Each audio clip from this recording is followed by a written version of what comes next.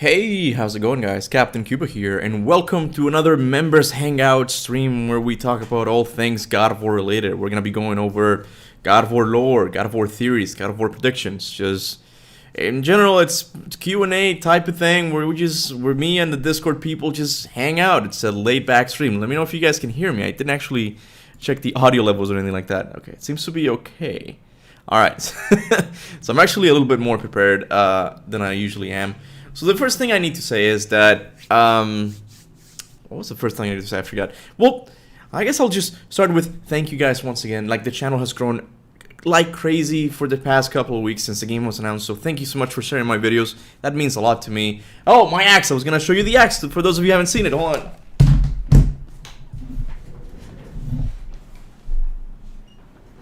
So I know most of you already saw my video of the axe, but I got a Leviathan axe. So this is all thanks to you. All those donations go into me getting really geeky stuff and hopefully improving the channel in the future as well.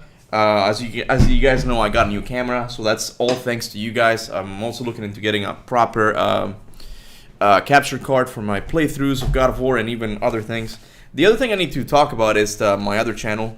I'm going to be doing a really special playthrough next. And no, Lego Man, it's actually not... Hold on. It's actually not Deathloop. I realized that Resident Evil VR came out a few days ago, and I heard it's got really good reviews, so I'll probably play that again on my other channel.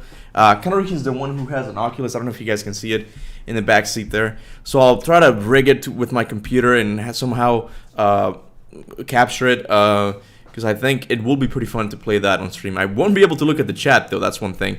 But anyway, if you want to watch that playthrough, make sure to go to my other channel, which is Kuba's Gaming Bunker. This is where I do all things gaming related that is not God of War, for those of you who don't know. Right now I'm going through the Evil Within first game, which is pretty fun. I did a reaction to the Uncharted movie trailer. I've been playing Halo like crazy on this channel. So overall, it's a fun channel. If you like my previous playthroughs, definitely check out Kuba's Gaming Bunker. So yeah, that's kind of what I'm working on at the moment. But yeah, today is the members hangout. This will probably be the last members hangout I do for... Oh, sorry, before I forget about the other channel, I will be live streaming the PlayStation event this Wednesday on that channel as well. The reason I'm doing it there and not on this channel is because I know God of War is not going to be in it. I know that for a fact. Well, I don't know it for a fact. I'm very skeptical it's going to be there. So it's just third-party games that Sony's going to show, and we're going to be watching it in the second channel. So yeah, if you want to watch my reaction to all of those games Sony's going to show, make sure to go to my other channel. God damn it, what happened with my voice now? Yeah, no, I had me waiting for the Raji Journal playthrough still. Yeah, I'm going to come back in 3 years to that game, okay? But anyway, today is the last members hangout. The reason I'm saying it's the last is because I'm predicting that a lot of the predictions I'm going to hear from you guys today are going to be very similar to the ones I heard the last time. And that's because we haven't really gotten any new information about God of War. And that's fine, that's expected. So this will probably be the last one I do for a while, until we get another trailer, so another announcement from Santa Monica Studios. Maybe they'll release an Odin picture, and then we have to go ahead and talk with I have to go and talk with the fans again. So for now, since the release of the trailer, this will be the last members hangout that I do like this. I do want to start playing with them once again on my other channel. We might be playing that zombie game, Back for Blood, I think that's what it's called. I'll look into other games, maybe Fortnite, I don't know. In any case, let's just get started today. Thank you everyone for being in the chat here, to all of those members, to everyone who's not a member and just still likes and shares my videos. But at the top of the comment section, there's a video on how to join the Discord if you want to join the conversation. The Discord is for members only. It's one of the cool perks you get of becoming a member. So yeah, first of all, guys, you need to show... Yes, okay, so you need to click the hand, I guess. I've never actually done this. There should be a hand on your side for the members that it's a request to speak. So make sure to click that, and then I'll invite you over. I'm actually going to talk to Hedgehog first, as Christopher, because he was the voice of Kratos. So I'm just going to invite him real quick. He was the who did the voice of Kratos for my last prediction video. Oh, hi, that's my name. Yeah, that's you, Hedge. How you doing, man? Hedge, I just called you Hedge. We're on that... friendship basis now. I'm just calling you cute little nicknames. How you doing, man? Oh yeah, man, we're both Cuban. We gotta stick together, man. Yeah, I found that about him. he gave him his real name. I'm not gonna give it here, but for his PayPal. And there was this Spanish. I'm like, are you a Spanish descent? He's like, dude, I'm actually Cuban. Like, I'm part Cuban. Like, damn. Okay, nice. Yeah. So how you doing, man? I'm doing good. I was worried earlier because there was like construction going on like an hour ago, and I'm like, great, perfect. They knew that I was doing this call, so they tried to be as loud as possible. But luckily, that's not going on now. So, Yeah. I'm good. How are you, man? I'm doing okay, man. Just I wouldn't say busy. I just been doing things. Just I went to the convention yesterday. Just trying to keep busy. My girlfriend wasn't feeling too well, so I just made her soup today. It's just grown up stuff, I guess. How are you though? Good. I finished storyboarding for one of my classes, like 3 days straight. Okay. So that was fun. But yeah. You're doing a comic, right? Yes. Well, no, actually, this is for animation. It's not actually like a finished animation. It's a storyboard because it's a storyboarding class. Oh, okay. But yeah, it was interesting. Wait, you do animation, dude? No, not animation per se. Storyboarding more so because it's like the blueprint of animation, I guess. Okay.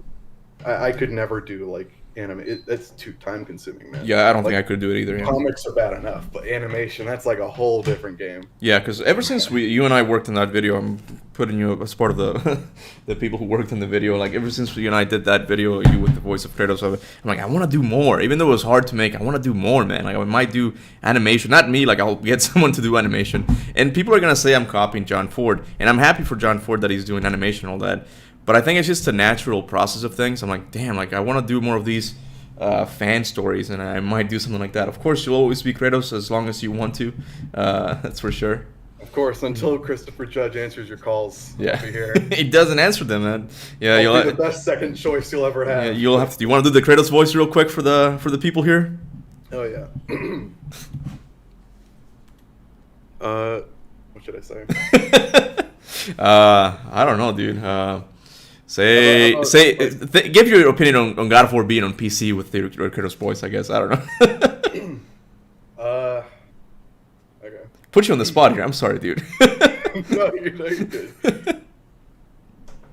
Well, it looks like more people have access to Game of the Year 2018. Quite the opportunity for more people. But it is the end of an era. Things are different now, boy. That's awesome. Mystery Lotus says, can you say this is Sparta? Can you just say that? I won't bother you anymore. No, you're good. This is Sparta. There you have it, guys. That's my. So yeah, I was gonna call you my bootleg Kratos, but that's too offensive. You're an awesome Kratos impression, dude. Like it's people were legit thinking that I hired Christopher Judge. Like legit, it was that good, man. So honestly, on behalf of everyone here, like freaking good job, man. You nailed it. So much, Yeah. Did you want to talk about something else? Yeah. Well, I had I had theories prepared, or not theories per se, but to kind of start a conversation, I guess. So, of course, I saw your video. Of course, anything with me in it, I need to see. Of course, man. And I remember towards the end, I agree with most of it, except I feel like there's one piece of information that's like pretty vital to Kratos and Atreus' journey, and that's him holding back information on what happened to his previous family. Mm-hmm. Yeah. I don't think they're going to end on good terms in Ragnarok. Yeah. I think that information is going to sort of come to light. And while Atreus, I feel like he's more understanding. Like, I don't think he's going to be hostile or anything. I do think that's going to make him question his father a bit more, more so than what he has been before. And it'll bring back the themes of familial, what's the word? Like, the damaged family, that we see a lot throughout the series. Sure. And then it was sort of touched on in 4 when, with Brock and Sindri and Freya and Balder, and sort of a recurring theme. Yeah. But yeah. Well, Yeah, I agree with you in the sense that I don't think God of War Ragnarok will have a happy ending. Like, it's just, Yeah. and that's what my next video is about. Just talking about the ending itself, because Santa Monica has a big problem because of the nature of how the game works, the formula that they're going with it being semi-open. It's kind of difficult for them to end the game and not be on a happy-ish note. Because the last game is like, come, we have work to do still, and it's like that's not gonna work for this story. Like this, you see the mural in Jotunheim, and this doesn't seem like it's going to be a happy game at the end. Like they might prevent Ragnarok, they might accomplish what they need to do, but it's not gonna be a happy ending. I think that they will be separated, and like I don't know if it's going to be like you said because of Kratos' past that Atreus will find out, because I think they're just gonna go by that without even addressing it sometimes. Because in the trailer he's like, you gotta start thinking more like a general. So Kratos has always obviously told them something about his past. I don't know if he would have told them about him killing his previous family though. Like that might be one of the reasons he uses to get angry with his dad more than he should. It's like, oh, you're worse than what you say you are. I don't know, I can't do the voice, but it might be a point of argument for Atreus where he's gonna turn against his dad. I don't think he's gonna die though. I don't think either one of them is gonna die. Like their story's gonna separate and then they're gonna continue with their own tales. But yeah. Yeah. Well, see, I don't think Kratos is gonna tell his son, because think about like how much he was holding back in the first game. Like he struggled to tell him that he was a god, let alone a bomb like that. You know? Yeah. Like if that information does come to surface, I think it's gonna come from one of the Aesir. Mm-hmm. Like, Odin, yeah, like he's manipulative, yeah. Exactly. Yeah. It's, yeah. I've always had this idea that since when I thought there was going to be 2 more games, I'm like, oh, in the second one they'll go to Greece, and this is the perfect opportunity for Atreus to learn about Kratos' past. It would be the perfect environment. But I just don't think that's going to happen anymore. It's just one more game. They have to wrap up freaking Freya's story, Odin's, Thor's. There's no way they're going to go to Greece. Yeah, it's weird because you think of how many questions they left open, and this is the last of the Norse saga, so they have a lot of like questions to answer, and it's a lot of pressure. And a few of the things that are a few of the questions, I don't even think they're gonna be answered in the main story.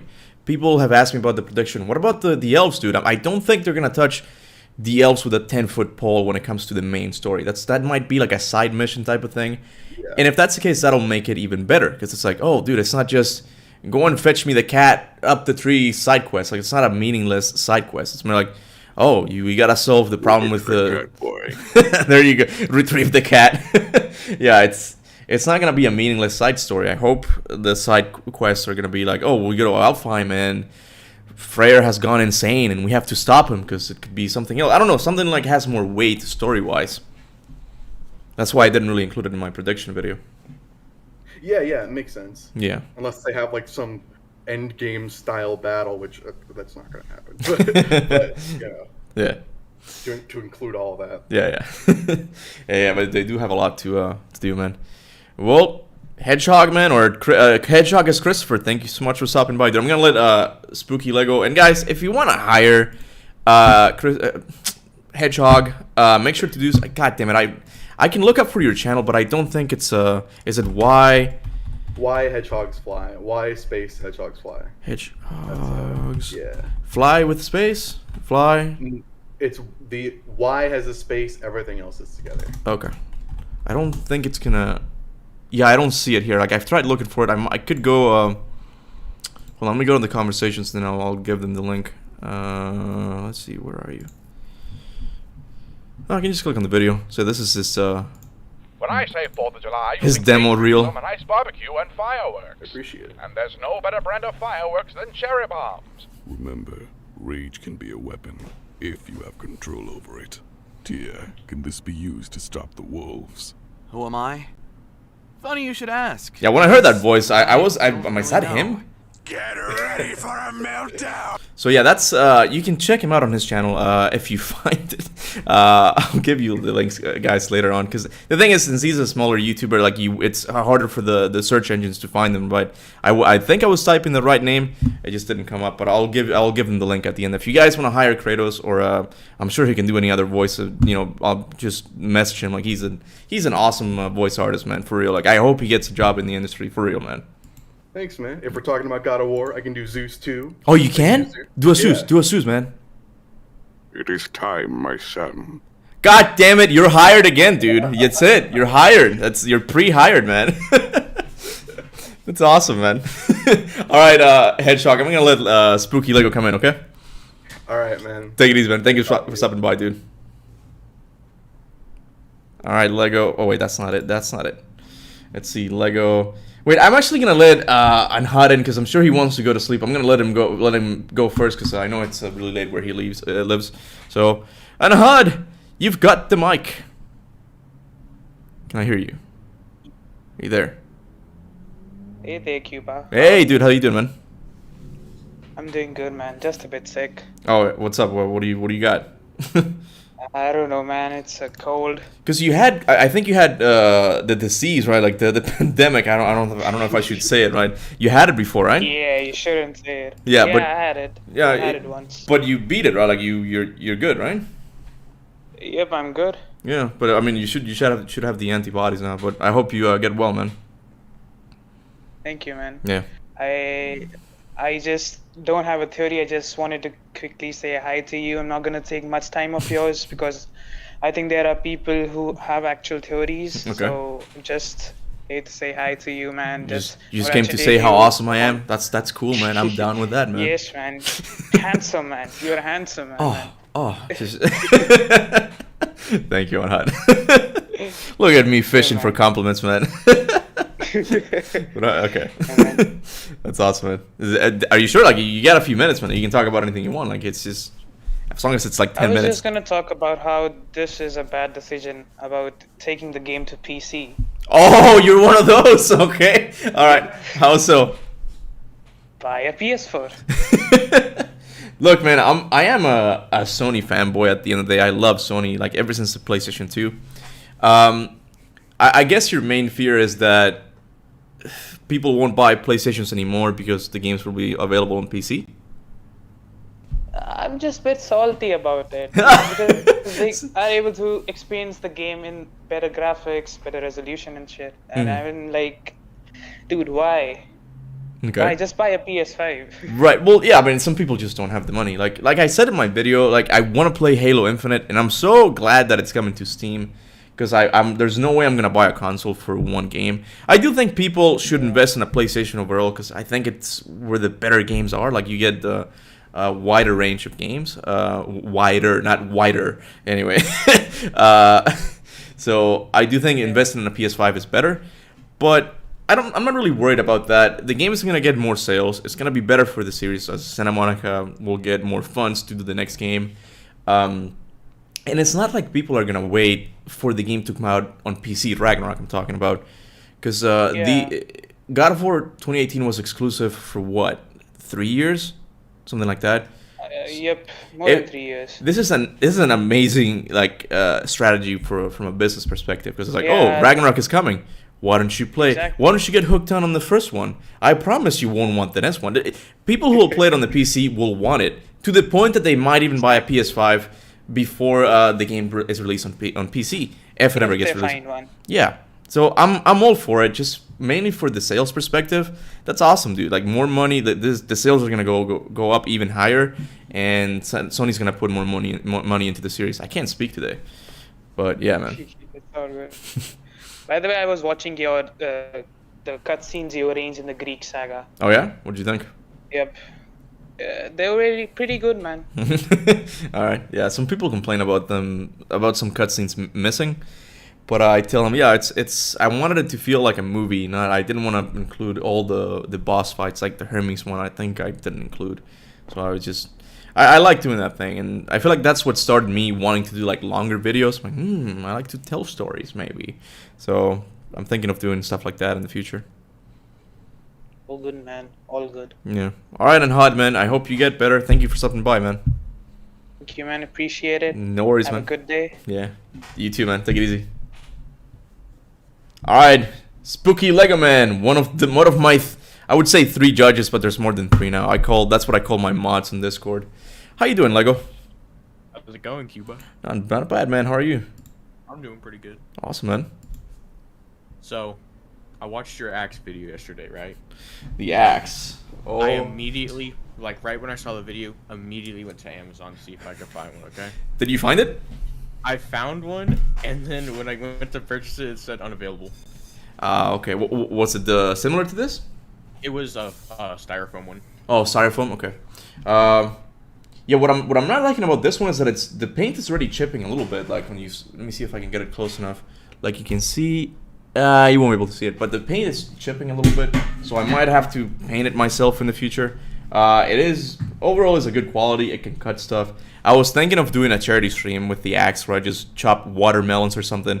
Like the more people give, the bigger things I chop down. The axe might be ruined by the end, but I'm honestly glad I was able to find one of these because I don't know, it's such an iconic looking weapon, man. Yeah. Yeah. You might try just going on conventions. Maybe you can find one of them. Like they have those weapon booths that you can find stuff there. I almost got an energy sword from Halo as well, too, so the guy could sign it. But I'm like, I'm not gonna waste so much money. But yeah, man. How are you though? I'm doing pretty good. All right. The struggle for PS5 is still happening. You haven't found one yet? I was so close to getting one, and then when I got to the cart, it was gone. Ah, man, yeah. Have you signed up for those Twitter pages where they I've tell you signed when up it for goes live? Twitter, restocks, Yeah. the registration thing that you can do for PlayStation. Oh yeah, that's the new thing, right? Mm-hmm. Yeah, it's kind of tough. The good thing is you will be able to quote unquote play God of War Ragnarok on PS4, but you might burn the house down. Just saying. I would rather play it on PS5 than I would on PS4. Well, yeah, I mean you might even get it 60 frames if it's on PS5. That's not confirmed yet, but the quality will be better, obviously. Mm-hmm. Yeah. Anything else you want to talk about? Like, what do you think about the game going to PC? You got any theories? I have a theory about the 2018 PC thing. Okay. Theory about the theory what? About the game going on PC. Okay, that's Okay, interesting. Go for it. I was looking up some things about games being transferred from console to PlayStation and all that. Or, I mean, like from console to PC. Yeah. That's a very long process to do. I can imagine. Yeah. Because you have to do so much things. So why would Santa Monica want to do such a heavy project when they're already working on another massive project? Yeah. God of War Ragnarok. Well, I mean, we don't know if it was Santa Monica themselves. Like it might have been a third-party studio who just ported it to the PC. It doesn't necessarily have to be Santa Monica. But go on. That's what I was thinking. So that was my standpoint. Like, why would they have this much stuff going at this time when they have another massive project already working on it? Not unless it's already done. Oh wait, Doomslayer said Nexus Software did the PC port. So yeah, Nexus I don't know if that's right, Doomslayer, but it could be.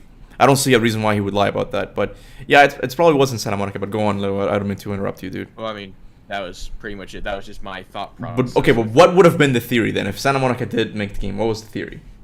So, if Santa Monica did put it on there, I would think that God of War Ragnarok was already finished. Oh, They just okay. had stuff to do. Yeah. They were just trying to build up more excitement before they released the game. Yeah, well, I mean, that's still part of it. Like, they're just trying to get a bigger audience. Be like, oh, dude, like, this game's gonna sell. We know it's gonna sell on PS4, but what can we do to multiply the sales? And honestly, dude, if you love a game this much and people have the money, they will probably buy a PS5. So it's like they're just trying to entice people with this drug that is God of War. It's like, oh, the first one's free. Not free, like, it's the first one's a PC. And then they're like, oh, what happens to Freya in the next game? Will Kratos die? Like, you get hooked on these, story points, and then you'll probably buy a PS5. Yeah. Yeah, So, yeah. do you think Ragnarok will also go to PC? Eventually, Like- yeah, probably. Like, yeah. very early? No, I think it might Not be like a year, maybe 2 years. I don't think it's gonna be anytime soon. Because if it went like day one to PC, then it wouldn't really be good for Sony. I think people would just buy it, would just wait for the game on PC. So I think it's gonna be a timed exclusive and a really long time, like 3 years. Give them enough time to be like, screw it, I'm getting a PS5. So I feel like that would be a wise business idea. I mean, I'm not a businessman, but that would be that's what I would do. Yeah. Yeah. And yeah, I don't think Ragnarok is finished yet, man. Like it's gonna take a while to make a game. It's this, in the trailer it seemed pretty polished, but I don't think we're gonna hear anything from them in a long time. And like we might hear something around E3 time, even though Sony doesn't go to E3 anymore, or an exclusive God of War exclusive state of play. We're just gonna, it's gonna be a state of play this Wednesday, and you're gonna see Kratos' face, and that's all they're gonna show. Just like 1 second Kratos' face. They don't need to do that anymore. Like after the trailer is gonna seem kind of pointless. Like, oh yeah, okay, well, why are you showing us this? Like, it's gonna be a while. It's not, God of War is not gonna be in that state of play. I'm letting you guys know. No, like keep your expectations low. No, like keep them at 0. God of War is not gonna be there. Forget about -0. Yeah. So yeah, dude. I will be streaming that event on my other channel, though, if you guys want to watch it. Let me put the axe somewhere, because it is kind of... It just keeps banging with the desk. So, yeah. Anything else you want to talk about, man? That's pretty much it. Pretty much it, man. All right, dude. Thank you so much for stopping by, dude. Thank you. You're welcome, dude. You have been graced by my glory. Thank you. All right, take it easy, man. All right, take it. All right, I'm gonna let in Geo Dude come in. What's up, dude? G.I. Joe. What's up, man? I can't hear you though. Like I can hear you, but I hear something, but I can't really understand you. Can you say something? Hello. Yeah, I can hear you now. What's up, man? Okay, brilliant. All right. How you doing? Good, man. How are you? I'm all right, thanks. It's more of a question, really. Mm-hmm. So obviously in the trailer, we were mention of Atreus is trying to discover who Loki is. Yeah.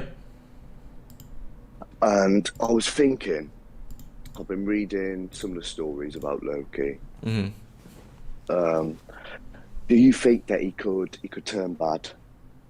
Do I think he could turn bad? Yeah. Well, yeah. It's weird that I'm taking my prediction into this, but in my prediction I say that Odin wants him because of his rage. He's able to destroy the world. I don't know if that's actually what's going to happen, but I do think it's something that Santa Monica needs to address. Like he activates his rage in God of War 2018, so that might play a role in the next story as well. So yeah, the answer is yes. Yeah, that's what I was thinking. Yeah. Obviously, with this Spartan rage thing, I do think that's going to be very important. Yeah. But the thing is, I don't think he would give in completely, because like I said many times before, it would undermine the story of the first game of we must be better. Like he's Atreus promised Kratos, I'm not gonna go there anymore. So it can't be too much. The story cannot be too much about that. Like he might give in to his rage a little bit, but then come back. I don't think it's gonna be the end of the story. I do think he will be captured by Asgard. He will be what? Oh, captured? Okay. Yeah, just because of how important it is in Norse myth that he actually becomes part of the Aesir. Mm-hmm.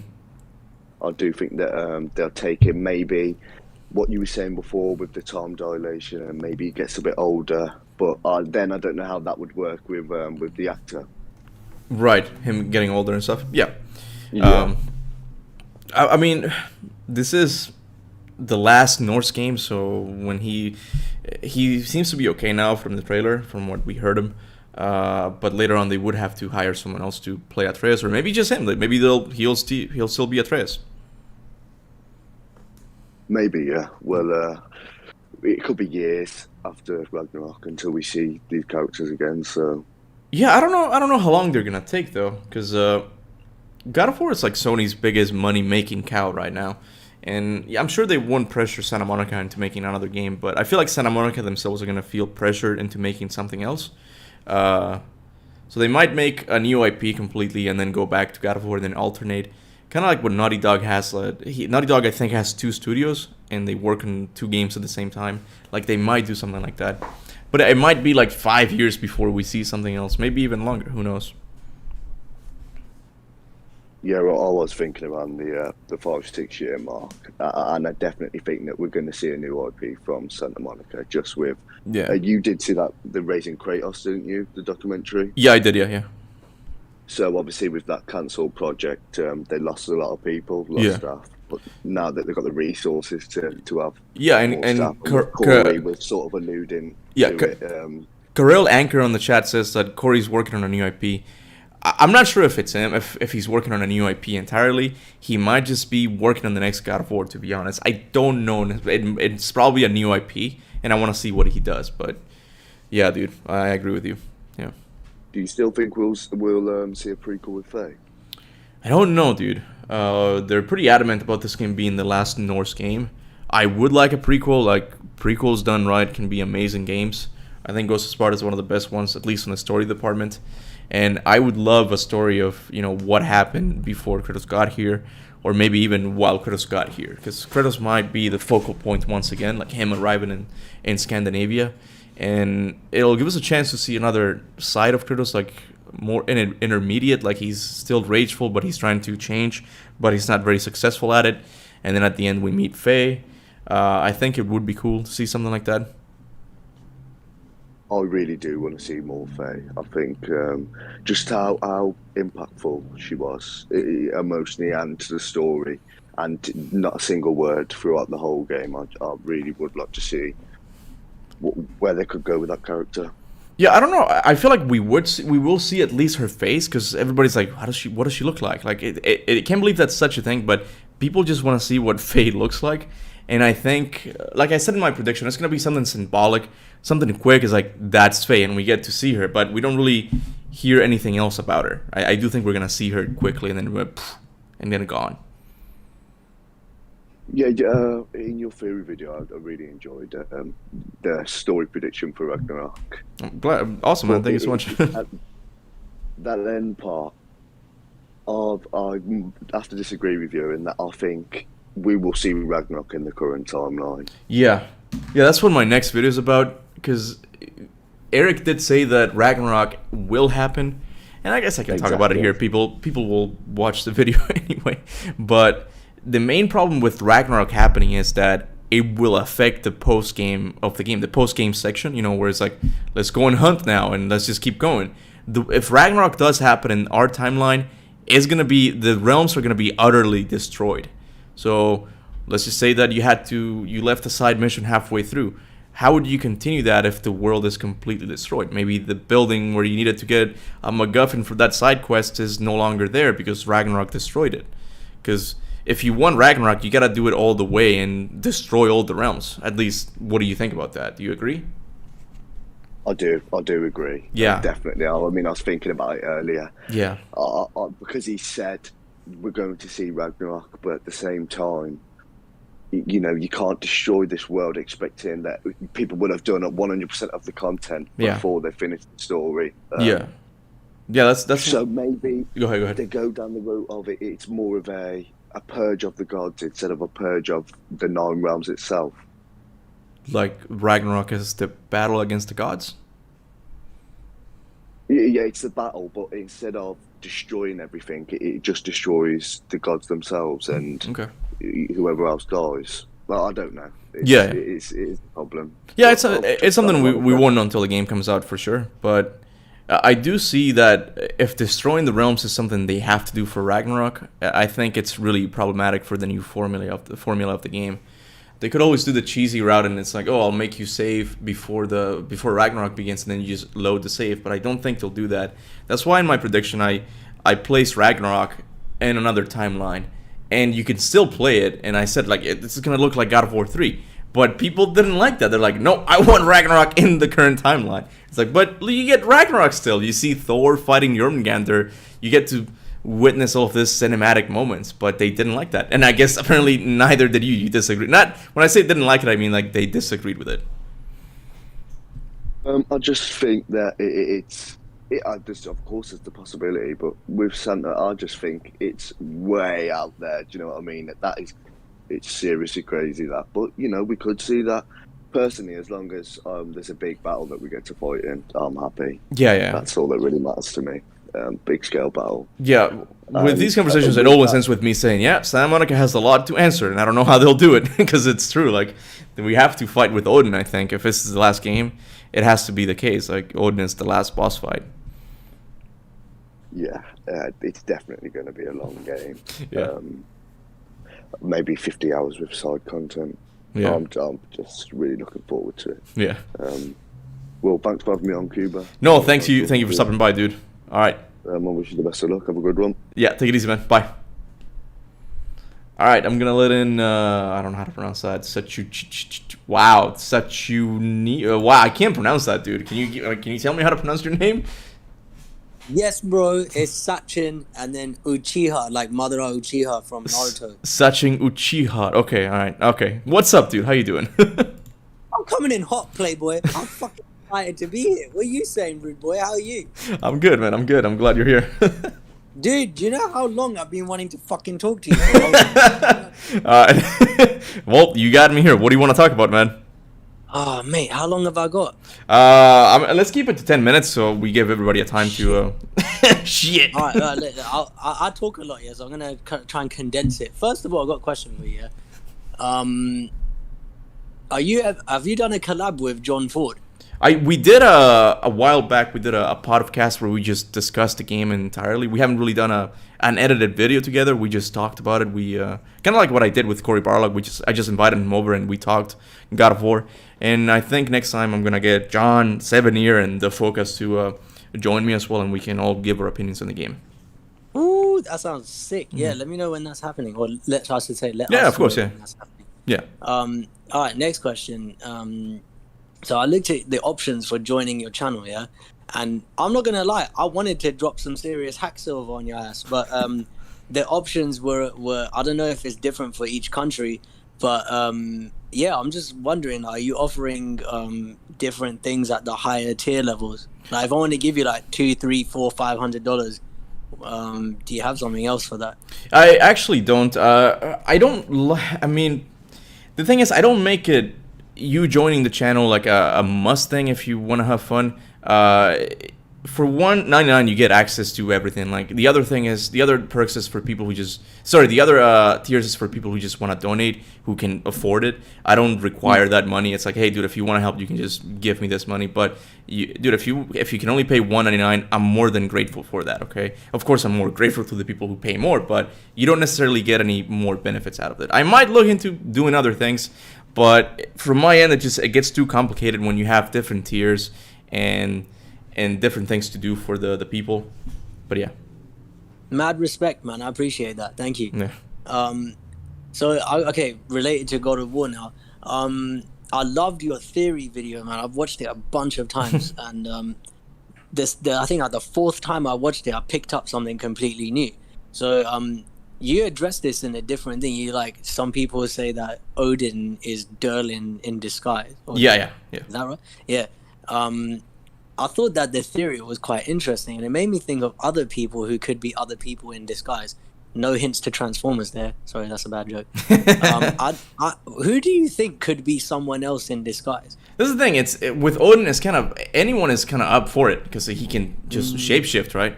And that's what I said. Like, the theory about him being Durlin is not too crazy because he could do it. He could shapeshift, and he's done it in Norse mythology.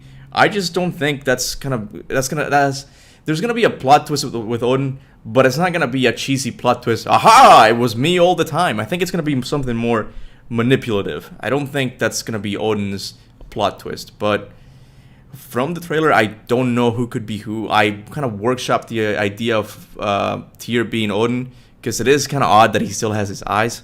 But I think that's just so that he looks different and cool enough from a character design perspective. Who do you think is shape-shifting?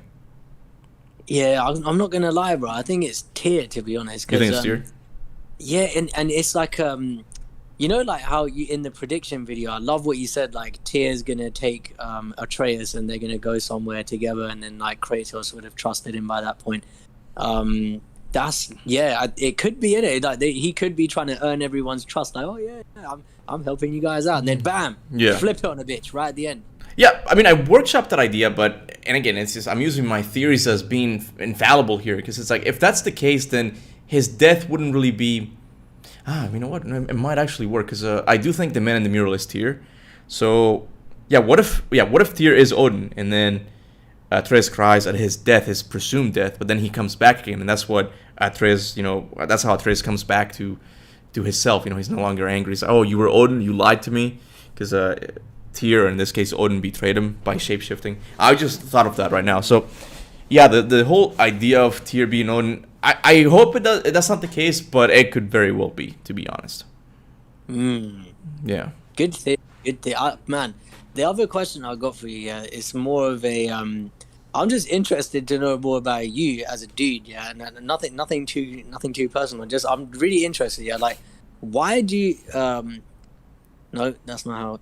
Okay, so I'm assuming you got other shit going on other than the channel, right? Like, I'm assuming you work and stuff. Like, how do you find time to do everything? I actually don't. Like, I'm mainly focusing on YouTube now. I used to have a job. Oh, sick. Yeah, I'm doing YouTube full time right now.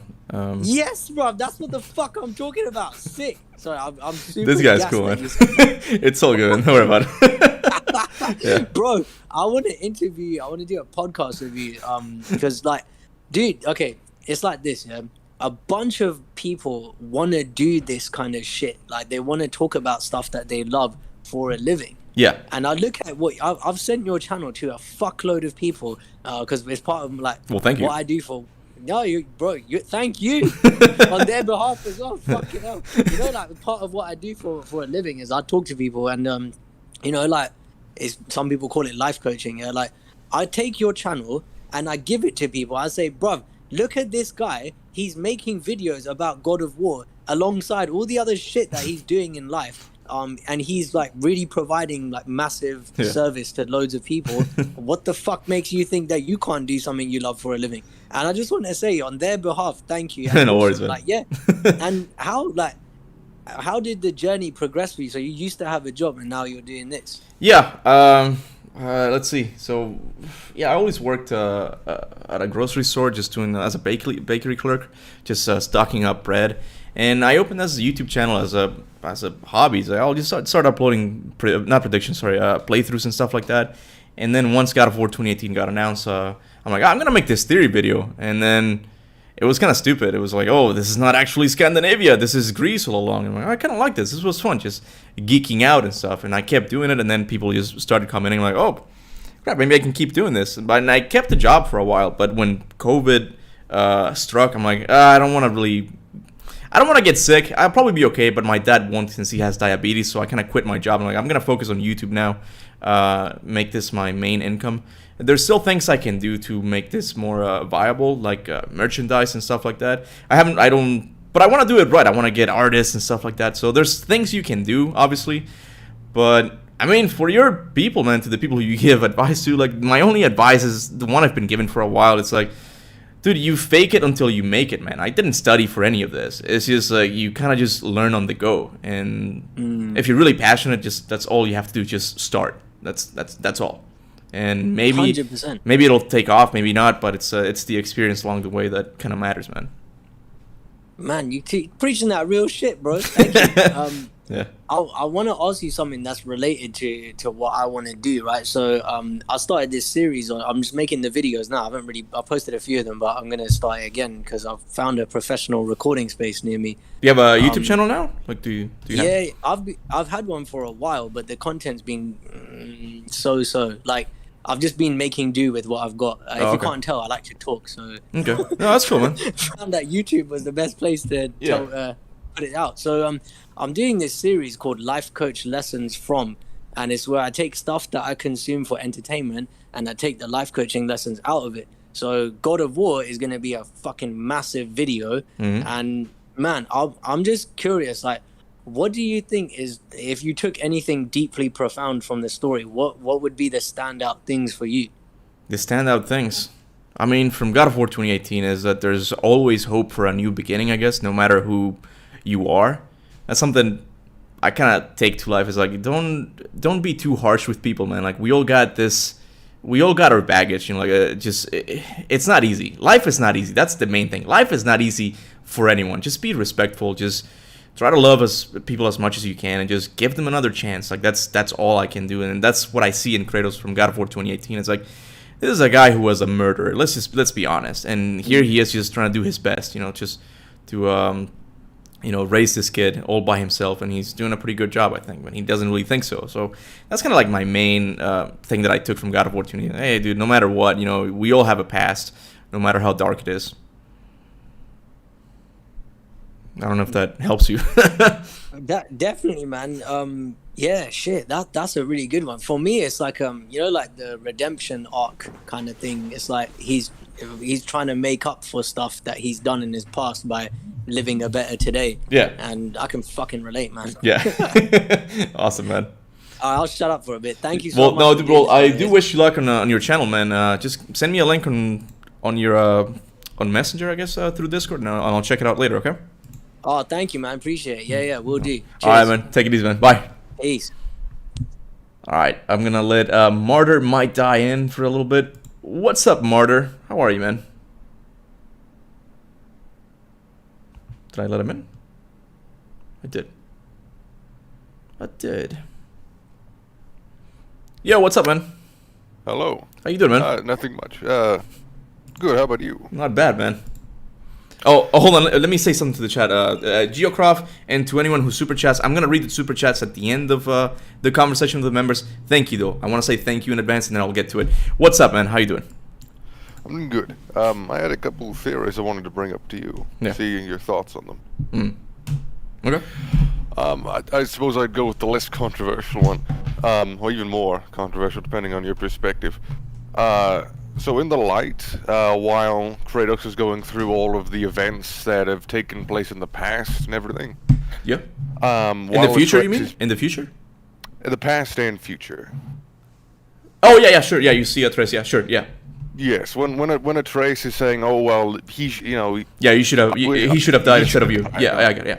Yes. Yep. The moment that happens, the primary focus of that scene is Thor's statue. Yeah. So it just seems that whole scene is a direct warning to Kratos that Thor is going to pose an actual threat to him and possibly kill him. Yeah, I've looked to that statue, like the one in the Light of Alfheim, a while, because I'm like, is it different in any way? It's not. It's the same one. But yeah, it is foreshadowing that he's going to be a big part of it. Go on. Yes, and I've sort of taken that as just a direct warning that Kratos is going to die. Like, I did like a sort of, it was mainly a test of my audio, really. But I did a video on it, and really it just seemed that Kratos, if you look at everything from a power aspect, he definitely beats Thor, but it's just fate just seems to not exactly be in Kratos' favor, as it usually isn't. Yeah. So I was just wanting to know your thoughts on that, if you think that whole scene is really a credible source of saying that death is likely for Kratos. Well, that's what some people think. That's like the second most popular theory for the ending of the game. But for the same issue I had with the other ending is that this would mess up the post-game section. I'm looking at it from a gameplay perspective now, not even a character perspective. And Kratos is the main. He's the main in the game. Like, he's combat itself. Like, if you get rid of Kratos, how would that work in the post-game? Like, we have to get either rid of the post-game section or Kratos. Like, you can't have the post section without Kratos. And from a character perspective, I think they can still do a lot with him. I don't think they should kill him off just yet. But then again, Eric Williams says that, the ending is inevitable, but it'll be surprising. So I don't know what he means by that. When you say inevitable, it kind of means like, yeah, it's what you guys are thinking, Kratos dying, it's probably going to happen. It's like, I just don't see it working, though. I don't know how they'll do it, man. Well, I sort of lean towards the idea that if Kratos does die, then he'll go and perhaps to the Light of Alfheim. And then because he's in there, it would be a time skip of however he gets out of there. Okay. As a way of explaining things. Yeah, I think that was VGS's theory. Like, he shared a similar theory where he goes to the Light of Alfheim and just lives happily ever after. And then we take over as Atreus. We take Atreus as the main character. I personally think that Kratos is going to be the main character for the next game. I don't think we'll have a Last of Us 2 situation, but you never know. Yeah, if he dies, it'll probably be at the end. I think you would agree that it's not going to be halfway through or even at the beginning, right? I think he might die, just like a classic Kratos thing, to die at the start-ish of the game and come back towards the later half. Okay. But to speak on something else that I wanted to talk about, so the mural. I'm making a video on it at the moment, but the mural, it just seems to have, in my opinion, been made to be contradictive. Like personally, looking at the mural, I think the intention of putting the mural in the game was to have people think, oh, is Sindri, Tyr, or Kratos going to die? Okay. Because the clothing of the person is just practically Sindri's skirt. Yeah. One for one almost. Yeah.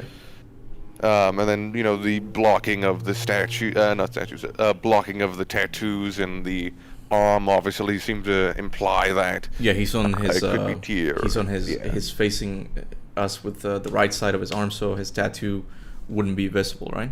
Mm-hmm. Yeah. So. Yes. Go ahead. It just seems to imply that, you know, who knows what's going to happen, really. I think it's sort of for a film reference, a mystery box type situation. Yeah, like they leave it open and then they add, you know, what they think it's best. Like they just. Is that what you mean by it? Yes, because we have to always consider that at the end of God of War 4, once they were done with development, they did take a good bit of a break. So it wasn't like they were also still working on God of War 5, you know, amidst 4. Yeah, they had a pretty. Corey said that he had a pretty good idea where he wanted the story to go, but I don't really focus too much on what the man in the mural looks like, because like I'm sure you agree with this. Like they like you just said, like they hadn't anything worked on God of War 5 yet, God of War Ragnarok, so they wouldn't have known Tyr's design yet. So it's like it can't be Tyr because he's bald. I'm like, guys, this is just an artistic representation of this character. Atreus, I'm pretty sure, is bald in the murals as well, yes. but it is Atreus. There's no doubt about that. So the fact that he has a skirt that looks like Sindri's, I don't think it's proof of anything. It's just a placeholder character design that they gave us there, and I don't think it's gonna be Sindri either, because this seems like a big story moment. And as much as I love the dwarves, both Sindri and Brock, they're not that important. I don't know how his death would be a pivotal point for Atreus. This is gonna be the death of a god, I think, at the very least, and that's why I've always gone with Tyr. But it could be Kratos. It could be either one of them. Honestly, the most entertaining idea that I have is really it's a everyone's rights scenario, where each character that's speculated to die in that scenario, including Sindri, dies in Atreus' arms. Mm-hmm.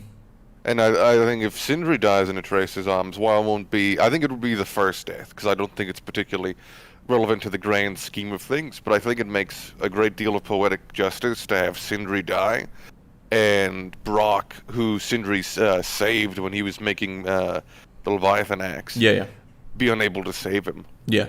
And Brock, I think, is a lot more of a solid...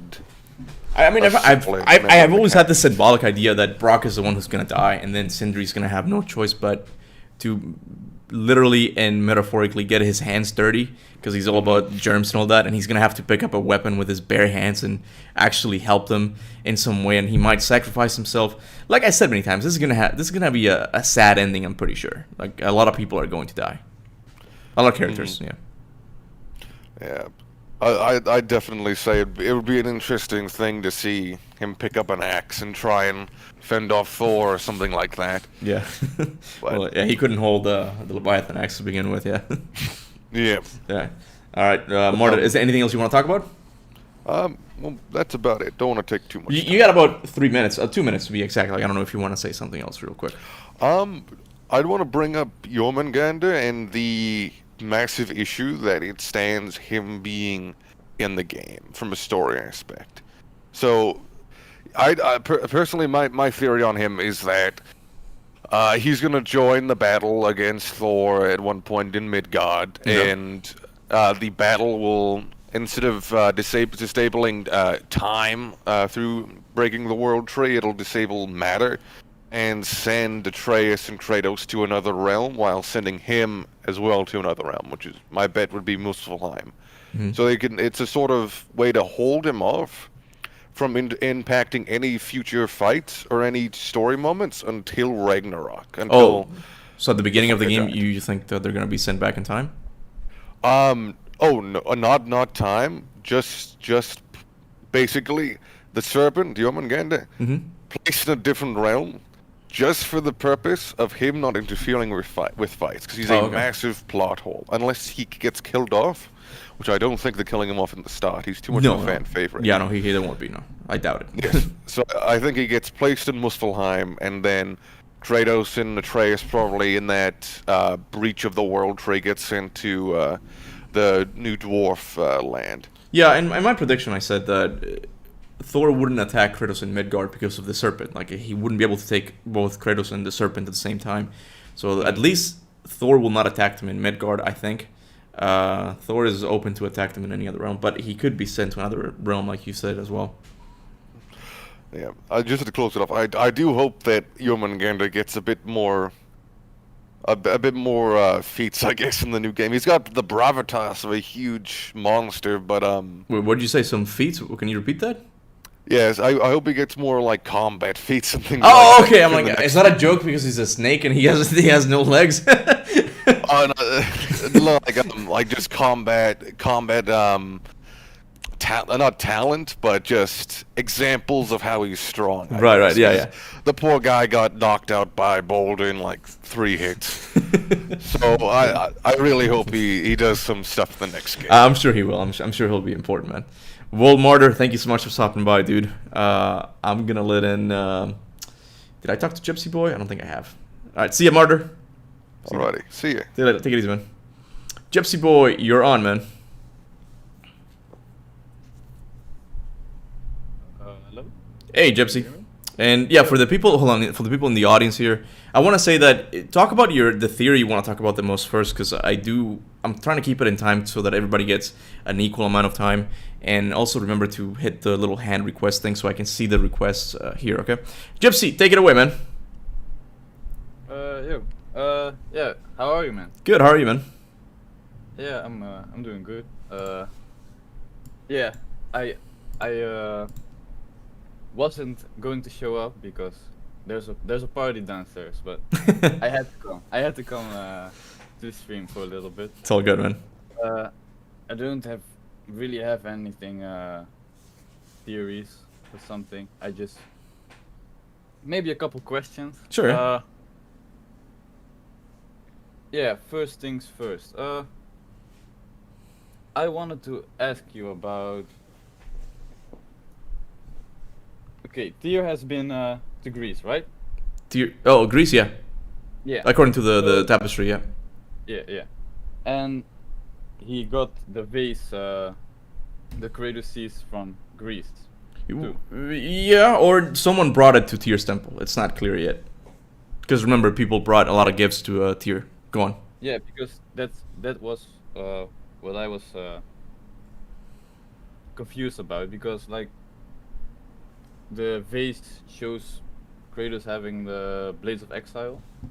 Right, yeah. So if he would show up before that happened, how did he get the vase? But yeah, you answered that now for me. Let me see. Yeah, the whole Blades thing, I don't really... I think that's a depiction of him killing the Greek pantheon. It's not meant to... You're not going to see Zeus in it, but I do think it represents the Greek pantheon just being destroyed by him. Yeah. Let me see. Wait, I got some stuff yeah, it's all good. wrote down, but... Yeah.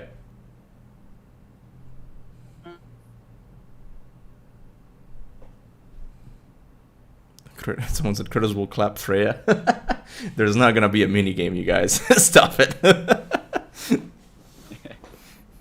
No. I don't think there will be. No, I've read the chat. Like someone said that. Like that's not gonna happen, guys. Yeah, I had some stuff in my mind that I wanted to ask, but now that I dude, okay, you know what? You can come back again. Like just get ready, and then I'll bring you in again. Okay? I'll let someone in if you want to. Yeah, sure. Just stay in, and then I'll bring you in again. Okay? Yeah, sure. Get someone else in. All right, take it easy, man. Thank you for stopping by. I wanted to say hi, anyways. All right, awesome, man. Thank you so much. Okay, yeah. Bye. Have a great day. Yeah, bye for now. Okay, bye. All right, I'm gonna let in Jizzy. I'm gonna go with that. What's up, man? Hey man, can you hear me? Yeah, I can hear you. What's up? How's it going, man? All I've good. been a long time fan. I've been watching a lot of your videos. Yeah. Especially, I've been really fascinated with the time travel and the time dilation ones. Oh yeah, I completely forgot about time dilation, but yeah, that is a thing that they have to address. Go on. Yeah, that's something like I've been really crazy about. Like I've watched a lot of different movies, like Tenet and all the different ways people tackle time travel. Like even in God of War 2, it was like really mind blowing the first time I played it, like 10 years ago. Yeah, one of the things I have to do is get Bruno in here, Bruno Velasquez, the animation director, and just talk about the time travel because he's always talking about it. I'm like, I gotta get you in here so you can talk about it. Yeah, Yeah. yeah. It's really fascinating. It's like a lot of people hate it because it's really confusing. Mhm. But it just has to do with a couple of theories and questions that I had. So I know you've been listening to a lot of. You probably heard lore and legends more than anybody else has. Is there a part? I've heard it once, I think. And is there a part where they talk about Sindri saving Brock from the river of Alfheim or something like that? That's in the podcast before the game was released. I forgot what it's called. Legends, I think. Yeah, I forget what it's called. It's the podcast before the game was released, 2018. Right, and I think that that may be of some significance because even Corey talks about in one of the podcasts where he says the Norse soul is divided into like seven different parts. Yeah. And one theory that I have is that when Faye dies, her soul, maybe part of it goes into the Alfheim light like we see in the first game. Yeah. And also another part, maybe it goes to Helheim, maybe because that also is a realm of souls and the dead. Yeah. And I think that there might be a particular point in the game where Atreus, being this really rebellious teenager, gets manipulated because he's so fascinated by Tyr, and then Tyr probably manipulates or betrays him. Oh, you think Tyr's gonna be evil then? Like he's gonna betray Atreus? Not like entirely evil. I think his intention is gonna be more like I want to protect everything. I want to keep everything safe and unharmed. Okay. And so him having known that Kratos being this god killer, he wants to. He probably doesn't know that Kratos is just trying to be a normal family man. Yeah. He's probably trying to stop him at all costs and prevent another massacre of the gods from happening. Yeah. So in that sense, he might try to sort of probably manipulate Atreus, and maybe Atreus might turn on Kratos by revealing some secret about him. And then Faye's the one who brings him back to normal, I guess. Like just is that what? Yeah, okay. Yeah, and like what I think would happen, so Kratos probably ends up dying because he also mentions in the first game if it means Atreus' survival, he would give his life. Any parent would. Yeah. So he probably won't fight back Atreus, and then Thor somehow takes advantage of that and kills him. And I think maybe he goes to hell, and at time in Helheim is like way faster than time in Midgard. Yeah. Right. So because when he kills the Hellwalkers, when he gets a Blade of Chaos, he comes back, he finds them in hell already. So maybe tells the same thing. So I think over there he's probably going to meet a part of soul of Faye and also Hela as well, like Loki's daughter. Yeah. And that might sort of tie into the whole Norse myth Ragnarok thing where they bring the army of the dead to fight the Aesir gods. Right. And Faye might be like, okay, you go on, protect our son. She sends him along with her granddaughter and all the dead that she commands. Maybe they ride on the Hraesvelgr eagle. Yeah. And they probably ride back their way to Asgard to bring Atreus. It's a good thing. It's a good thing to say now that this is a prediction. There's no evidence for this. This is just how you would write the story, right? Like just right. Yeah, I think this would be a good way for them to tie into the actual because they do like to put their own twists. Yeah, of course, yeah. Right. So this could be a pretty fun. Story. Before the game was shown, I've always said that Kratos would die at the beginning, and then that would reset us from a gameplay perspective. And I would agree with you. Like I hope it's kind of weird, but I hope he dies at the beginning. I always said it was Valhalla, but I guess your theory makes a little bit more sense. Like, oh, we're gonna go to Helheim, and then we meet Hel. Like she's the one who's gonna let us leave, right? Right. So it ties into the whole Ragnarok thing, like hell getting ready for battle, I guess, like because Loki does ride the ship. I don't know. I'm not gonna try and pronounce it. Nagalather or something like that. That's made with the toenails of dead soldiers or something. So it might tie in like that. Yeah. Yeah, I think that might have a lot of significance in like relating to the main Ragnarok story. So, but one thing is, it can't take too long in a gameplay sense because Atreus is an integral part of gameplay. So the player cannot be separated from him for too long. You know what I'm saying? It's like we're gonna. Yeah. So it's like the previous game. Kratos goes to hell, but it's not that long. Maybe an hour. I'm not really sure how long it took you to finish hell. I don't even remember for me. But it's like a little bit because Atreus is an integral part to gameplay. Like he's your range guy, right? So yeah, yeah. You can't hit any of those nightmares without him. Exactly. Much. Yeah. Pretty annoying. Yeah. Yeah, that was just one of the theories that I had. Like it's really interesting. I'd like to really explore the Norse myth more through this game. I like to learn history and everything. Like just same thing with AC Valhalla. Like I learned more about history from that game yeah, me than too. from a history book. So that's what I used to say in high school. Yeah, because you care about these games. Like, I want to play it, and you want to learn more about them. Yeah, I never knew anything about Norse mythology up until this game was announced. Not this one, the previous one, right? So yeah. Yeah, the same thing with Greek. Like after I learned more about Greek mythology from God of War than I would ever from any books. So it's like you get to be in that world and you get to interact with all these crazy gods and different you have an impact on it. Yeah, I know what you're saying. Yeah, you learn better that way. That's just what I feel. All right, dude. And, go ahead. That was all I had. You still have a few minutes left, but it's okay if you.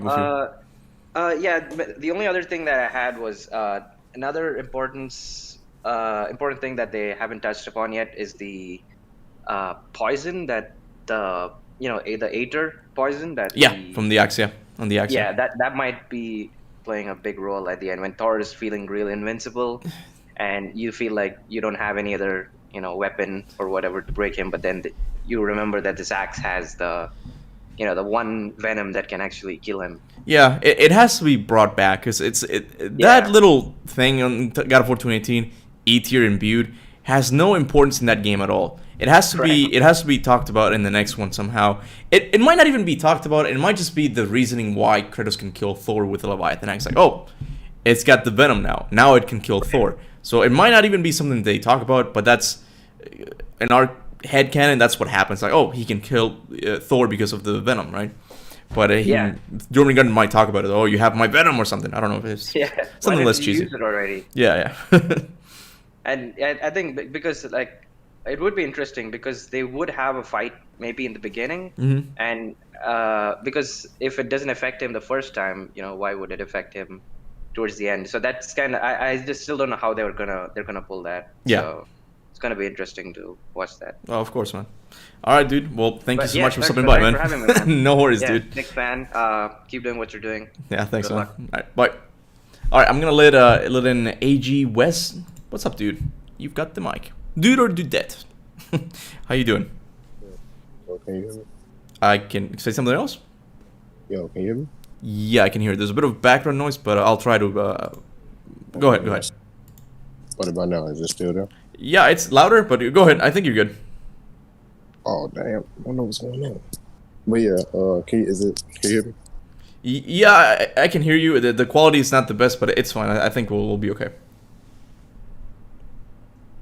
Okay, I had on headphones. What about now? Is it better? Oh, it's much better now, yeah. Okay, cool. Yeah. So basically, I just have, first off, big fan. Thanks, man. Your videos, especially the longer ones, blew my mind. Like when I first played God of War 2018 the first time, I hadn't even finished playing it, so I really don't know why I clicked on your video. And it like blew my mind. Like I was only in the beginning of the game, I hadn't even unlocked the entire Lake of Nine yet. I'm like, oh my goodness, like you do all this in the game? But yeah, then when I found out that we get the Blaze back, like you blew my mind before the game. You got a chance. Kind of spoiled it, man. I'm sorry. You shouldn't have watched it, man. But yeah, but no, I got, so basically I was thinking after watching your video, And a lot of the things that you had in your prediction, I agree with, like tenfold. My only disagreement, I believe that we will end up killing the Norns. I believe that I actually believe that when Atreus, and I think it'll be Atreus as the reason that stars it, because I think he'll get upset because we can't stop Ragnarok, and I think that really will affect him, you know.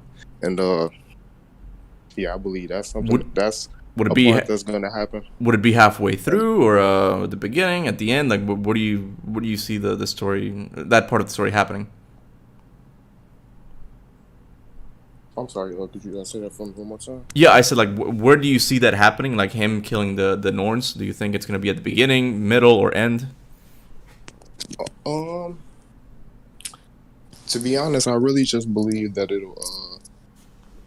I just believe that it'll happen because it went the same way with God of War 2, yeah. Yep, it went the same way. Like, and then you remember at the end of the last game when he, Kratos thought that Ragnarok was just, a tale. Yeah, could be changed. You know what I'm saying? So well, that's kind of the reason why I don't think it will happen. Exactly because of that, because it happened already. It's like I'm not a writer, but I'm assuming from a writer's perspective, they would not want to repeat the same story of like we gotta turn time back. So I've kind of that's why I mentioned that maybe there'll be allies. You could be right. Like this is just predictions at the end of the day. Like either one of us could be right. But the other way, I think there's too many boss battles. I mean, that's not really a bad thing. But I'm talking from a pacing point of view. It's like, oh, we kill Freya, we kill Thor, we kill the Norns. Like, there's too many boss battles. We need some character growth. I don't know, and I don't know how to fit the Norns in. Aside from them being our allies, I really don't know how. Like, cause yeah, I don't know. I can see that, but you never know. Like, we could find out that Odin might have, been aligned with them at some point, and kind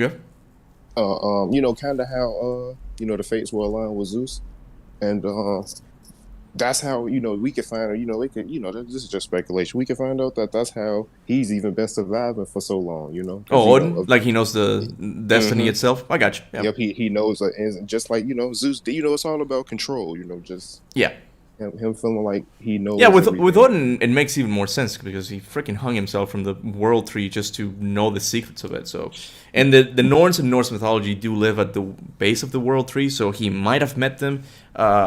They might be working together. I just don't know how I would include them in a story if I were to write the story. I just don't know. But that's why I encourage all of you guys, just write your own prediction. See how it goes, because god damn it, it's hard, man. Like when you take gameplay into consideration, it's hard, man. Yeah, definitely. Yeah. And another one is I do believe that the way in the first game, I believe that the way to get to the Jotunheim, the Tower? one that's in the proper timeline, I believe the one to get to that version of Jotunheim was through the actual bridge that got destroyed. The bridge. With the fight with the bridge that got destroyed with Kratos and Baldur during the fight. The bridge that got destroyed. Oh, the portal. The portal. You mean Oh, okay, I got you. Okay, yeah. You mean the portal, and then there's a bridge. I got you. Yeah. Yep. Yeah, John Ford has made a video about that, and I do find it really interesting. It does look different than the other Jotunheim. So yeah, it could be it, man. I don't know. The whole thing about it being another timeline, that's just my take on it. I think it makes sense because it's like the giants should not be dead, right? So I know there's a mystery, but I don't know how to solve it. That's the thing. Yeah, they shouldn't be dead. And when Mimir gave us the vision of the path through the bridge, we saw the fingers on the mountain. Yeah, and we never saw that again at the end of the game. Yeah. Yeah, that was just something I thought. I don't really have that much, man. No, it's all good. Dude, it's just fun discussing things. It's all good. Like you don't have to come out with a fully fledged out theory. It's all good, man. Yeah, but yeah, man. Thanks for letting me on. Thank you for coming by, dude. I just want to keep listening. Awesome, man. All right, take it easy, man. Thank you for stopping by. Yep. All right, I'm gonna let in Spooky Samarth. And what's up, dude? How you doing?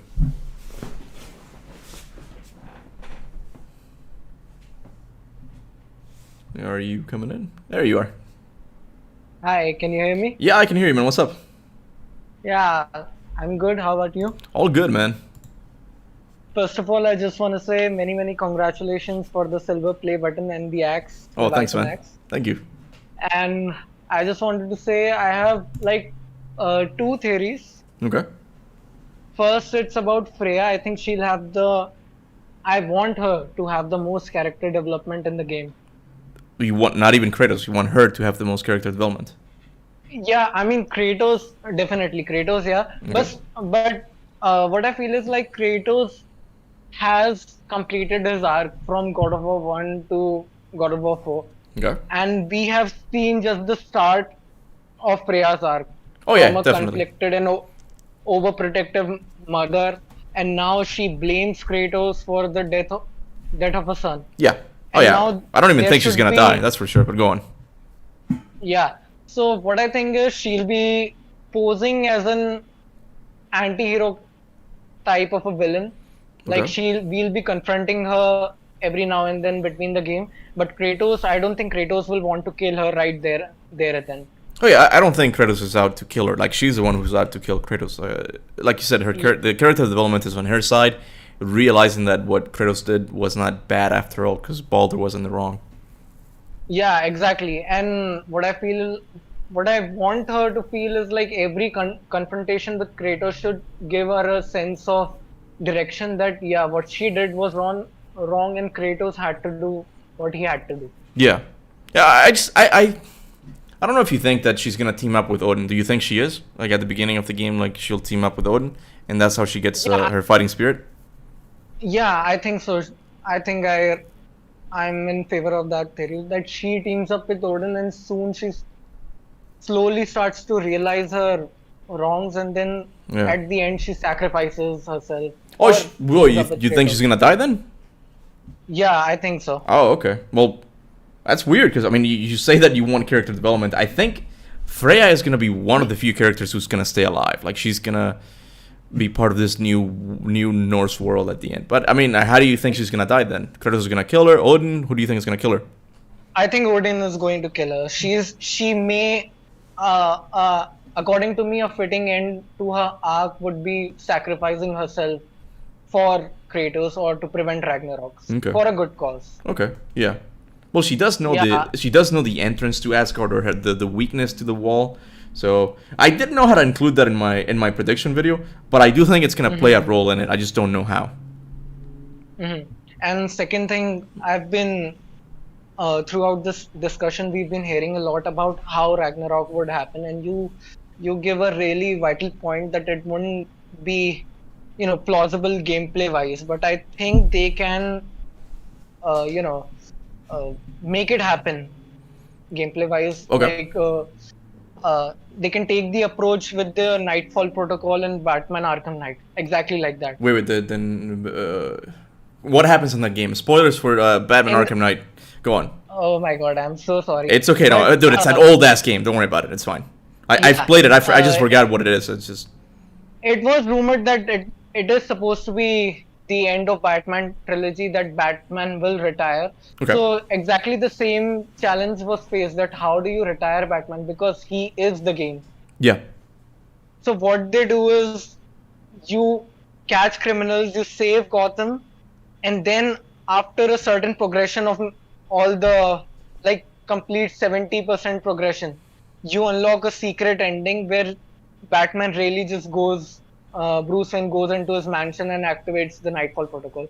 I think this approach can be taken. I don't remember that game. Does Batman die in it? It is rumored that Batman goes into his mansion and he reveals his identity, and the mansion blows up. Oh, okay. And then you play as the Red Hood guy. New Game Plus. No. The New Game Plus starts. You cannot play anymore then. How do you do the Game Plus then? Like, who do you play as? No, you play as Batman, but after that the story ends. You cannot play any further. You play as New Game Plus.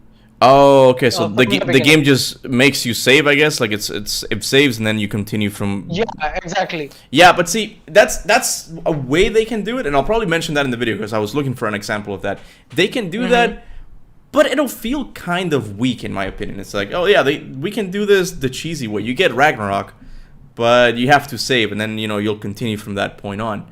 So They could do that. That's one of the options they can do, but it just seems kind of weak in my opinion. I mean, they could do it. I don't know. It's just. Yeah, I mean, it does feel weak because yeah, I get what you're saying. Because it's like, yeah, you finish the game, but not really. Just go and do the side missions. It's like there's not a lot of thought that went into it. It's like just save the game and just pick up from where you left off. You know what I mean? Yeah, exactly. So, yeah, I had this idea that maybe at the end of the game, the world is destroyed and it becomes this whole new experience, like the completely new side missions. Even if the other ones were destroyed, like you get to do this thing that's even better now. Like the world is different now. But that's a really ambitious way of doing it, and I don't know if they'll do it. That's the thing, because Ragnarok is such a pivotal thing that's gonna destroy all the realms. I don't know how they'll do it in the game, in the post game. Exactly, because creating these worlds is such a humongous task, and then you're creating another world on top of it. Exactly. Yeah. Double the effort, and it's AAA game development is soul crushing. Oh yeah. Have you done it? Exactly. Have you do you study game design or something like that? Yeah, I've been studying game design a lot, and I'm also studying filmmaking. I have a deep interest in storytelling. Awesome, man. That's really cool. Thank you so much. Hopefully I'll see you in God of War one day, man. When I'm old enough and still talking about this, and you'll be directing the game, No. I scroll through their vacancies, but I don't feel like I'm qualified enough right now. Alright, man. Yeah. Is that all you want to talk about? And I just wanted to say one thing, that I've played almost every God of War game there is. I've had to download emulators to play God of War Betrayal. Oh, okay, yeah, yep.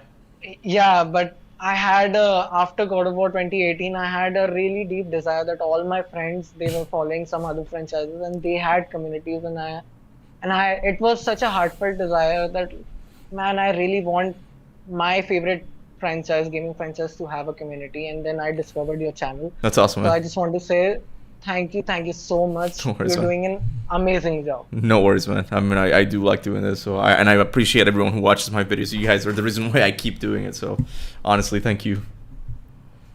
Okay, thank you. I'm leaving. All right, some more. Take it easy, man. All right, I'm gonna let in Dickens. Dickens, you have the floor, man. How's it going? And remember, guys, just click the little hand thingy to request to talk to me, and then I'll invite you in. Okay? Hey, Kuba, how you doing, man? Good, man. How are you? You've been asked, but I'm all right myself. It's a bit late where I am, but I'm really excited to hear what everybody has to say, and so I've been listening very intently. Yeah. I'm just. Where do you live, by the way? I might have asked you before, like what part of? No, you haven't. I live in Russia right now. So, Russia? Okay. Yeah, the time zone we're in. It's around it's gonna be 12. Yikes! All right, man. It's fine, man. Yeah. It's the weekend, so you don't have to worry too much about it. All right. So I'd like to say that I do have a few theories, yeah. Okay. Because this is a theory discussion. But the thing is, I'm not really they're kind of fragments of theories, and I think they kind of fit together with each other. But they if one of them goes away, I think they can still survive and kind of fit into another story. Okay. So yeah. All right. So one of my things that I've been thinking about is how gods or how people travel from pantheon to pantheon, and how that's gonna play, because we're probably gonna be going to other worlds. We're going to be going to other pantheons at some point. What, in the next game? No, not in. Maybe I think we're going to have a small section in Egypt in the next game, but I don't Really? think we're going to be. Okay. Yeah, I think it's going to be a scripted kind of thing where they lead us through a place, Okay. and then it ends. There's not going to be open exploration there. Yeah. But what I'm thinking is, there's no Greek gods know about Tyr or spoken about him, right? Kratos doesn't know about Tyr, and Yeah. so it's we have an idea where maybe Tyr came to Greece after Kratos' saga had ended. That's why he maybe visited Greece, or maybe he heard about Greece, or people from Greece came over after Kratos had completed his task, or he completed his revenge. Yeah. Hold on. Let me get Lore and Legends real quick, and then we'll continue, because I think there's an issue with the timeline there. But I think you might be right. Give me a sec. Yeah, take your time.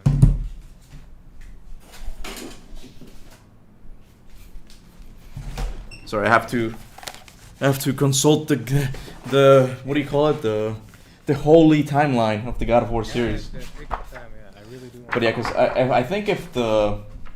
you know what? I don't want to be too nitpicky. Go ahead. Let's just say that that's the case, yeah.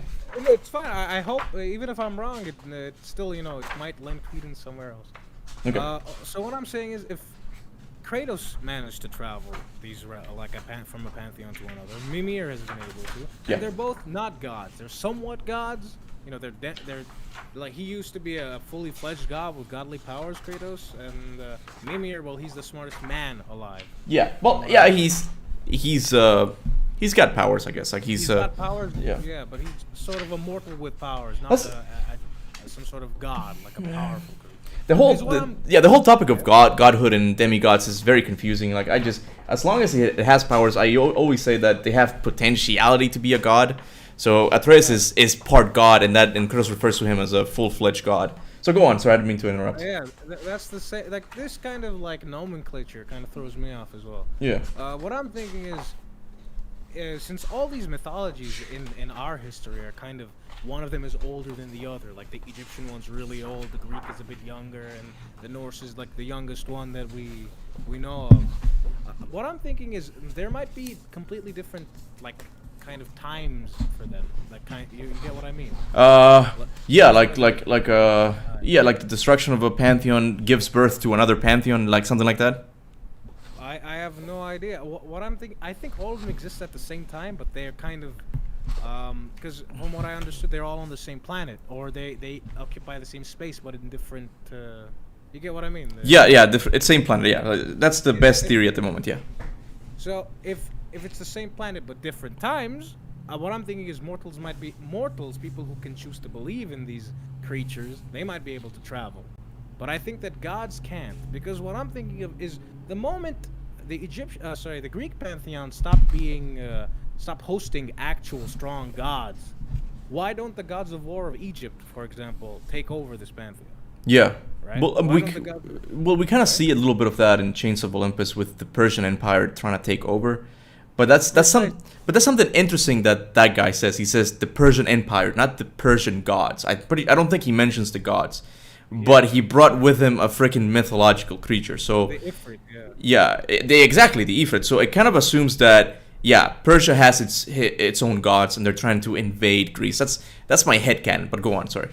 See, so the Persian mythology exists, but the giants never added it to the mural that they had created, where Tyr was standing and there was the Egyptian, the Japanese, I think the what was it? The South American one was it Aztec? Yeah, the Persian ones weren't there, so I'm guessing either they're not a major pantheon, like seen as a major pantheon, or they don't exist at all. Yeah, they might not exist. I mean, it could be that, but I think the tapestry is just to show you that other pantheons exist. They're not gonna show you all of them. They just picked a few symbols, I'm sure. But go on. So my thinking process is perhaps the giants, they and Tyr, or maybe Tyr told them about how people travel from one pantheon to another, and perhaps with this knowledge, Faye figured out how to bring Kratos into this realm. Because it was her and the wolves, I'm thinking. She might have been the hooded figure with these 3 wolves. Yeah. And they had dragged Kratos into this mythology. It might have been her, it might have been Angrboda, it's not clear yet. But yeah, like most fans believe it's fake. Go on. So it's a giant. A giant played a part in bringing Kratos in. Yeah. Right? So what I'm thinking is, the giants, they have this knowledge, and perhaps this knowledge plays into the next, like this pantheon travel might play a part in the next story, how they evade the wrath of the gods, or how they evade Ragnarok, something of this sort. Maybe, not all of them. I'm thinking they're mostly dead, but maybe Kratos and Atreus and some of the characters we know might leave. Yeah. That way. Another thing I was thinking is, God, you know how Corey spoke about how Kratos' arc isn't complete and he's gonna become a benevolent person at some point. Okay, did you hear that from me or from Corey himself? I think Corey, in one of the interviews, he said Kratos is not benevolent yet, but there are kind of plans for him exploring this part of himself. Dude, if you find that interview, DM it to me, okay? I can actually find it. Yeah. Okay, because I thought he said that, but I can't find it anywhere. Okay, and that would be really interesting to have. But yeah, not now. Don't worry about it. Like when you have time, just if you find it, just send it to me. Go on. So if he's going to maybe become a more benevolent version of himself, what I'm thinking is his personality or his arc is going to travel towards benevolence, whereas Tyr, who'd been benevolent, is probably going to move towards evil, malevolence, or maybe not evil, just he had it with the gods of this world. Maybe he's heard that the mortals of Greece have found independence. They actually are thriving without like these malevolent gods watching over them and like them having to bend the will to everything. Yeah. So what I'm thinking is maybe Tyr is going to be a part of this, is going to be one of the people who want to cause Ragnarok, and Kratos is going to be one of the people who want to stop Ragnarok from occurring. And this is going to cause some friction between them, and Atreus is going to take Tyr's side. Yeah. He's going to want Kratos to be how he was before, or like he wants him to do something with his powers, or live up to his history. What I reckon is at some point this is going to cause us to fight Tyr, and somewhere in that fight Tyr dies. Something along those lines. Maybe something very important. There might be a MacGuffin we need, or there's a god we must kill, or something that we do, or kickstart. And I'm thinking Tyr dies, and the rage or the anger of Atreus is what kickstarts Ragnarok. Like truly, like it like he kind of from what I understood, when he gets upset, when he gets angry, it affects the world. Have you seen my prediction video? I did. I think you said it. Yeah, it's very similar. Yeah. Right? Yeah. So I think it's going to maybe call his children. Yeah. Or maybe his anger manifests into his children. Yeah. And this is going to start this kind of this new chapter of the game, or we have to fight everything. Yeah. And where people ask what the Norns might do, I think one of the functions of the Norns is going to be going back to the world before Ragnarok destroys it. Okay. To do all quests that we need to catch up on. Okay. I think the Norn being able to like rewrite somebody's destiny, or being able to take you back, they might be like one of their functions, or one of them that survives. I have no idea how it's gonna play out. We can go back to play the previous sections of the games that we've missed. Oh, like, damn, dude. Yeah, I never thought of that. Yeah, because they do have the power to turn time back. So that's an interesting idea. Like the Norns as a gameplay mechanic, right? Like just the. Yeah, I think something of that sort. Because what at this point I'm thinking, sure, the Norns might take us back in time to do something with the story and kill somebody or get something, but they might also help us play the rest of the game if the world gets destroyed, so that the team doesn't have to recreate a fractured version of every realm. I'm actually gonna. That's the video I'm working on next. I'm gonna mention that. You go ahead, keep talking. I'm gonna mention that to remind myself that that's a viable thing. So I'll give you credit if can I share it first of all? Yeah, sure. Man. Okay, awesome, dude. I've been watching your videos and getting ideas all the time. Yeah. All right. Another thing I'm thinking is, so Tyr is trying to stop the meddling of the gods, and into maybe give whoever is remaining of humanity hope. And Kratos wants to do the same thing, but they have different ideologies. I think it's going to be very interesting to get like two gods of war, two grizzled gods of war, actually getting to talk about this. But one of them knows the history of the other. Well, both of them actually know the history of each other, so this might be interesting. Yeah. I wonder if Tyr is going to be the one that actually brings up Kratos' history. I mean, yeah, it might be because like some people have said before, he did go to Greece, so he knows a little bit about what Kratos did, right? Yes, I think this might be like, oh, you used to be this. Why are you this now? Yeah. It might be something. When we need you to kill these gods, you're here trying to broker peace, or you're trying to do what needs to be. I agree with you. Like, at least on that side, we see that side of Kratos' character in the trailer is like war is not the only way, and I'm assuming he says that from the experience he has from the previous pantheon. It's like, oh, we pitted the Titans against the gods, and this didn't work out too well for the mortals of that realm. So it's like he would want to avoid that at all costs. And Tyr will not care as much because he's willing to do this in order to save the entire world. But Kratos is like, we'll do it another way. So yeah, for the most part, I agree with your thoughts, man. Awesome. The last thing I've got to say is, we know that at some point the last director, really wanted Egypt to be there at some point. So I'm thinking, since maybe, right, according to me, we're gonna play some part of it in Egypt, like a small section. Like if you've played Red Dead 2, you know how you go to Guarma at some point? Yeah, yeah. You're kind of rushed through it really quickly and then you're back. Yeah. So I think something of that nature is gonna happen, where we get rushed through a really cool, interesting section, but we can't sit around and it's kind of gonna edge us on for the next game. Yeah, I think they should. I agree with most of your things. I feel like it should be with time travel related. That time travel, like timeline related, like you magically skip through pantheons or something, and Kratos and Atreus are momentarily in Egypt, and they find themselves in the royal court of the Egyptian gods, and the gods are like, "Who are you?" Right, or something, and then time takes them back to the Norse part, and then it's like, "Oh shit, the Egyptian gods are gonna be involved the next one now." They showed them right now, and it's like it'll be a cool thing to just tease the fans for the next game. Like that will be sick, yeah. Precisely. So I think it's gonna be such a big. Another idea you asked about is the theory that they're releasing this game to get people hyped up. I think it's one of the best ways of marketing this game. Oh yeah. While making money at the same time, Yeah. because of the amount of brilliant. the amount of videos that are gonna come out. Reddit is gonna be filled with people getting their first experience with this. Oh, yeah. First experience with that. Yeah. And I think this is like the best way to market this game. Yeah. I think it's one of the. You make money and market your game. Yeah, exactly. It's a win-win It's situation. brilliant. Yeah, like it's gonna be good. And that's why I'm not even mad. As someone who has a PlayStation, I hope the people who play the PC on PC have a wonderful time. It can make some really cool mods that we can all. Oh yeah, that's I'm gonna be playing that. Dick and Sven, thank you so much. I'm gonna have to let someone in now. Okay. I'll catch you later. Have yourself a wonderful time. Right? Yeah. All right. Thank you for stopping by, dude. Bye. All right, Light. What's up, man? Let me see if he went through. He had some pretty good ideas. Oh, hello. Hey, how you doing, man?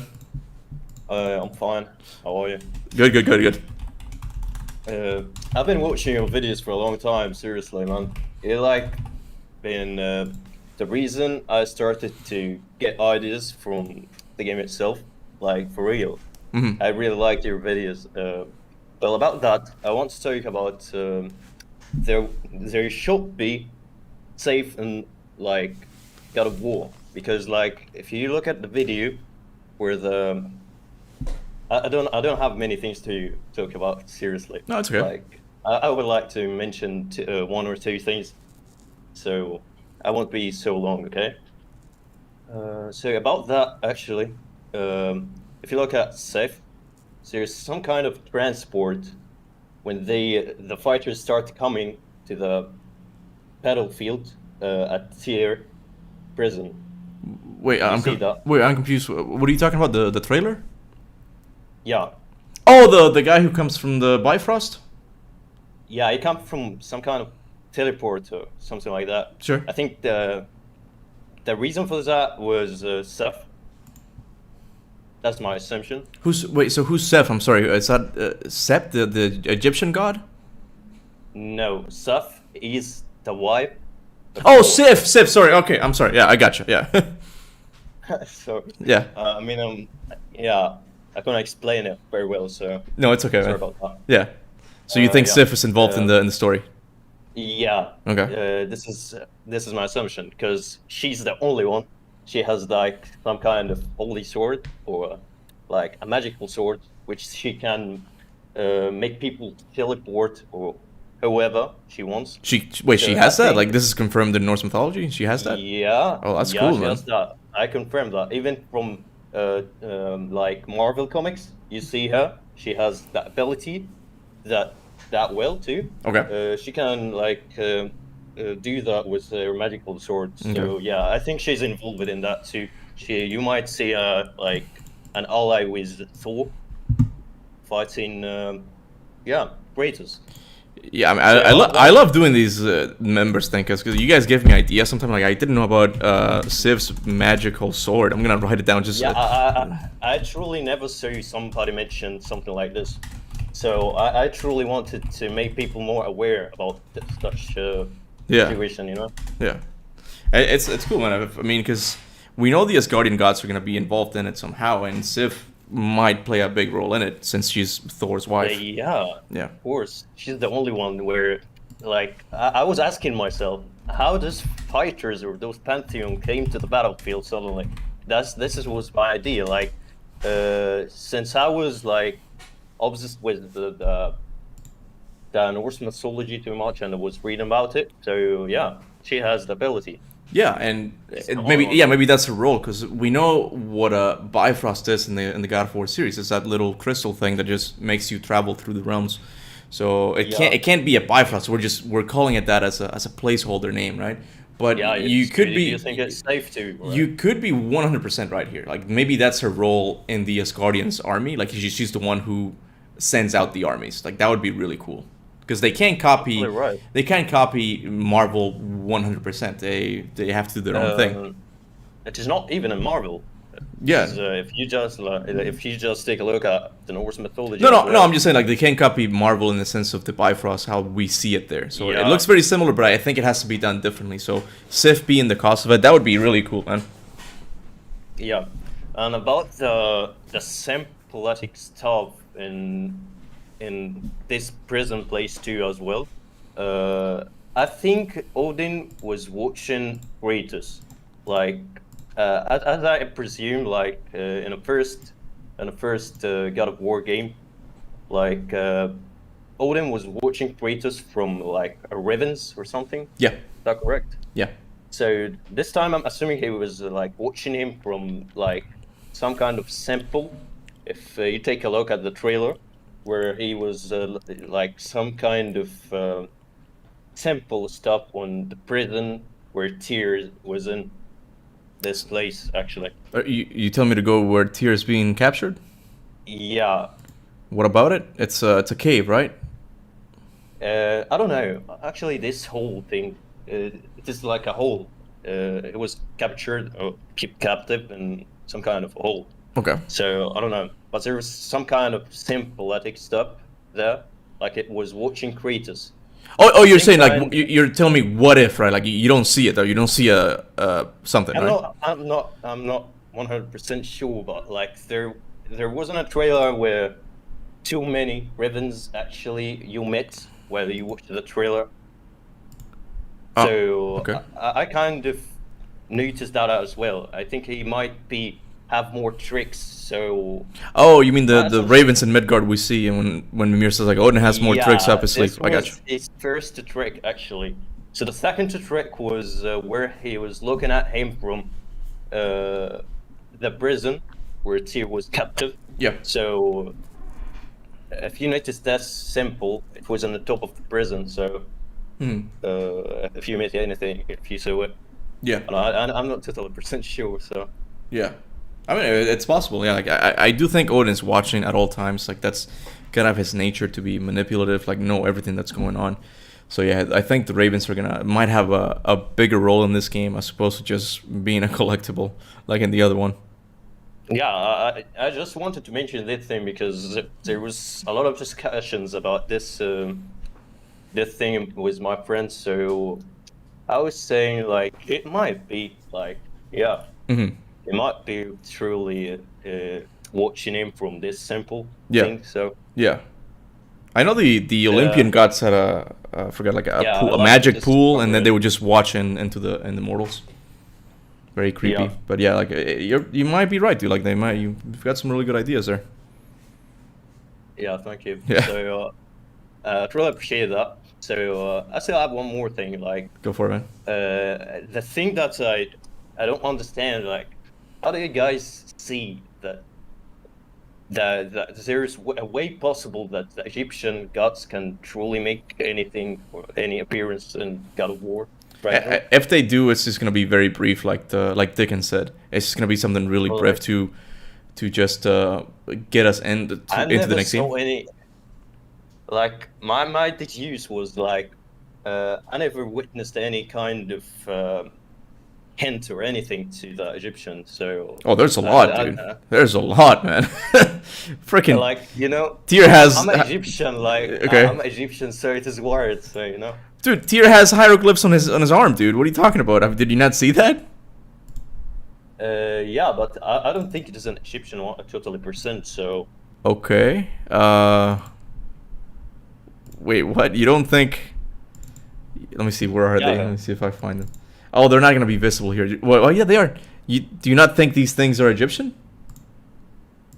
Well, not totally 100%, you know, like... Okay.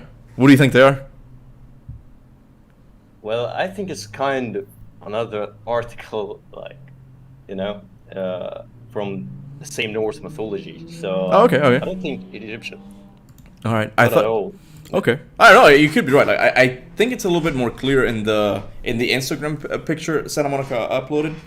I do think it looks very Egyptian, and Egyptian has been mentioned throughout. And essentially, you pick up a note left by an Egyptian man. Yeah, I think there will be like another series for the Egyptian mythology. So, but I don't think we will make anything here. Or maybe we probably can like deduce something from it. Yeah. At the very end of the game.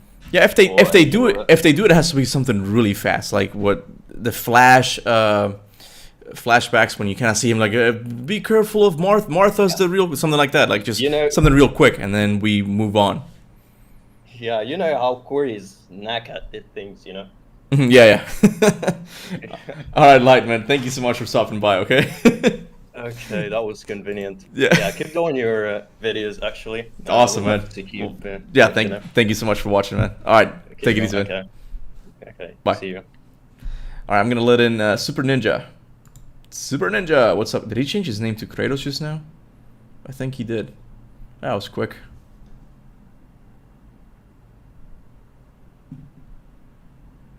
Are you coming in?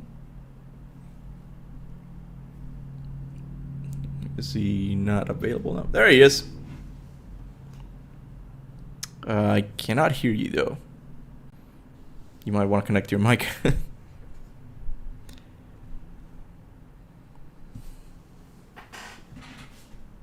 Yeah, there's no audio yet, Kratos. The Forsaken one? Who's the Forsaken one? Oh, he left? Alright, Kratos, or I'll let you in later, okay? Just try to fix your audio problems and then we'll keep going, okay? Smart but uneducated. What's up, dude? You have the mic. Okay, hello, can you hear me? Yeah, I can hear you. What's up? Yes. Hello. First off, I wanted to say I just found your channel recently. Awesome. Absolutely loved it. I had no idea that entire channels were dedicated to purely just God of War, so I'm very happy that... Yeah, we're kind of crazy, yeah. Yeah. But I have a few theories about how the game will go. And my number one theory is that I believe that Kratos will die, but I believe he will die by Atreus' hand. Oh, you're one of those, huh? Alright, okay. Yeah. Let's hear it. No, I'm kidding. Because at the end, near the end of the game, he was talking about how, Kratos was talking about how that he would let Atreus kill him if it meant he lived. Yeah. Yeah. And I think that's way too big of a hint to kind of like sweep under the rug, if that makes sense. And there was also, when they were in Jotunheim, there was, of course, behind the like little curtain or whatever that showed, you know... Yeah, the men in the mural. Yeah, where it showed like Kratos, you know, dead, and then like Atreus like wailing. Yeah. So I think it'll be like... I think the way to prevent Ragnarok would be to kill Kratos, and it would be Atreus, you know, killing Kratos. At least that's how I think it might go. I could obviously be entirely wrong. But there was also that quote by Eric Williams that whatever it was, the inevitable. Yeah, inevitable conclusion. Yeah. The quote for by Eric Williams and what Kratos says in the first game of like, I would lay down my life if it meant you live. Like those are the biggest evidence people have for Kratos dying, and sometimes it scares me because I'm like, it sounds like you said it sounds too much like a hint. It's like, yeah, I would lay down my life. Like, I don't know what they're doing with this. It seems like Kratos might die. So I go back and forth whether he's gonna die or not. And even if he does die, it doesn't really necessarily mean it's the end for him because he has died multiple times before. Yeah. But I think in order for that to be impactful, you know, I think he would have to die like permanently. I think it would be kind of cheap for him to like, you know, say I'd gladly lay down my life and then, he kind of cheats it. You know, I feel like if they did that, personally, I would be very disappointed because it's like not final. You know, it's like. Yeah. No, makes sense. I got it. From a story perspective, yeah, it makes sense for it to be final. Same with Tony Stark from Endgame. It's like you wouldn't really want to see him again. It's like it would undermine his sacrifice at the end of the Endgame, right? So, but I don't think they would address it at the time. If Kratos does die, it's like they won't talk about it at the end, but there's always gonna be that little open window. It's like. We can bring him back if we need money. It's like if we need to make a game that's gonna sell, and we can bring in Kratos because he has died many times before, and we have this idea of this higher plane of existence that exists for those that sacrifice themselves. And there's a hint that maybe Thoth is there, the Egyptian god, the Egyptian god of wisdom, same as Athena. So Kratos could ascend there, and then that's the next chapter for Kratos. But if Kratos does die at the end, that will not be shown at all. And it'll be a surprise for years to come afterwards. Like, oh no, here he is. Okay. But it would still kind of undermine his sacrifice. Yeah, it would undermine his character arc, in my opinion, if they, just brought him back for another installation of the game. Yeah. I think that would be kind of like disrespectful to his character. Mm-hmm. Where he like gives an epic sacrifice, because everything he did in like the first 3 games he did for himself, and then in the 4th game, he is him doing this for his son and his family. Yeah. And maybe in this game he'll do this for the entire Norse pantheon. Yeah. So it would like be a whole full circle for him, for his arc. Yeah. And it would be really cheap, in my opinion, if they just underdid that. Be like, just kidding, he actually didn't do that. If they did that, I personally would be very extremely disappointed. But so far, Sony Santa Monica has done an excellent job handling Kratos' character, so I highly doubt that'll. Yeah. Also, I kind of just want Sony Santa Monica to delve into more IPs, because they've been like around for 20 or something years, and they've just entirely been God of War, so I'd be excited if they tried out a new IP. Well, Santa Monica, from what I can gather, is that they help other studios do games as well. It's not just... I didn't know that. Yeah, they've helped with... They co-produced All-Stars Battle Royale, a bunch of other lesser-known Sony games, I'm pretty sure. So they're a studio that kind of lends its talent to other smaller studios, right? But yeah, their main claim to fame has been the God of War series, and I would agree with you. Like, just they can, spice things up. Give us an open world game with I don't know, that they were doing that sci-fi game that got canceled, sadly, right? So with their popularity right now, like by them just having the Santa Monica names, like from the creators of God of War, they can probably do something else, and it would sell pretty well. Yeah. I lost my train of thought for a second. Oh, I also think that Loki's wife, whose name I can never remember. Oh, Angrboda, the girl in the trailer? Yeah, Angrboda. Yeah. I think she will kind of like replace Freya as like the kind of mysterious figure who like helps you out. Probably, yeah. Because Freya obviously is out for revenge and she won't help you anymore. Mm-hmm. So I think having Angrboda there, I think that's what her role in the game will be. I could be wrong. It also could be Tyr. Mm. But to be honest, I have no idea what they're going to do with Tyr. I'm super excited for that, but I have no idea what they're going to do with that. Yeah. I feel like it would make more sense if it was Angrboda, because she's very mysterious. She's a lot less well known. Yeah. And it's clear from like the trailer where she said, "You'll get your answers soon enough." Yeah. Or, well, some of them, that she knows more than she's letting on. So I think it would be really cool if she like kind of like... Yeah, I didn't even know how to include that. I didn't know how to include that cutscene in my prediction, because like I don't know what answer she's talking about. I don't know if she's talking to Kratos or Atreus. The trailer makes it seem like she's talking to Atreus, because Atreus is like, "I want answers," and it's like, oh, it's Atreus. But trailers are tricky like that. They mislead you on purpose. Yeah. Yeah. Like how the I completely... Yeah, you cut out there for a sec. Yeah. Yeah. But yeah, I think Angrboda will be like that. I feel like I would really like it if they kind of toyed with like the idea of like, oh, is she a friend or a foe to Kratos, Mm. Like kind of like how they did that with like Athena, but they ultimately made her evil. But they made Athena bad in the end. Yeah. So I feel like it'd be really good if they made Angrboda good. Yeah. I personally would really enjoy that if that's the way they went. Mm-hmm. No, I agree. There. Yeah. Yeah. And personally, I would be satisfied with basically anything with Tyr. My mind was blown the fact that Tyr was even in this game to begin with. Yeah. So I would be pretty... Also, his design is just awesome. It's well done, yeah. His eyes His look, eyes. yeah. Yeah, I like how he's like kind of thin. You know, he's like very thin looking, at least in the stills that I've seen. So I kind of like how, even though he's the god of war, he's more like the god of war in the like Athena sense, where it's more tactical. Well, I mean, he's kind of bulky too. He's not a lanky dude. He's kind of bulky too. Yeah. Not as Kratos maybe, but he's Yeah, that's true. He's yeah. super tall. He belongs on the court. Yeah. Yeah. Yeah.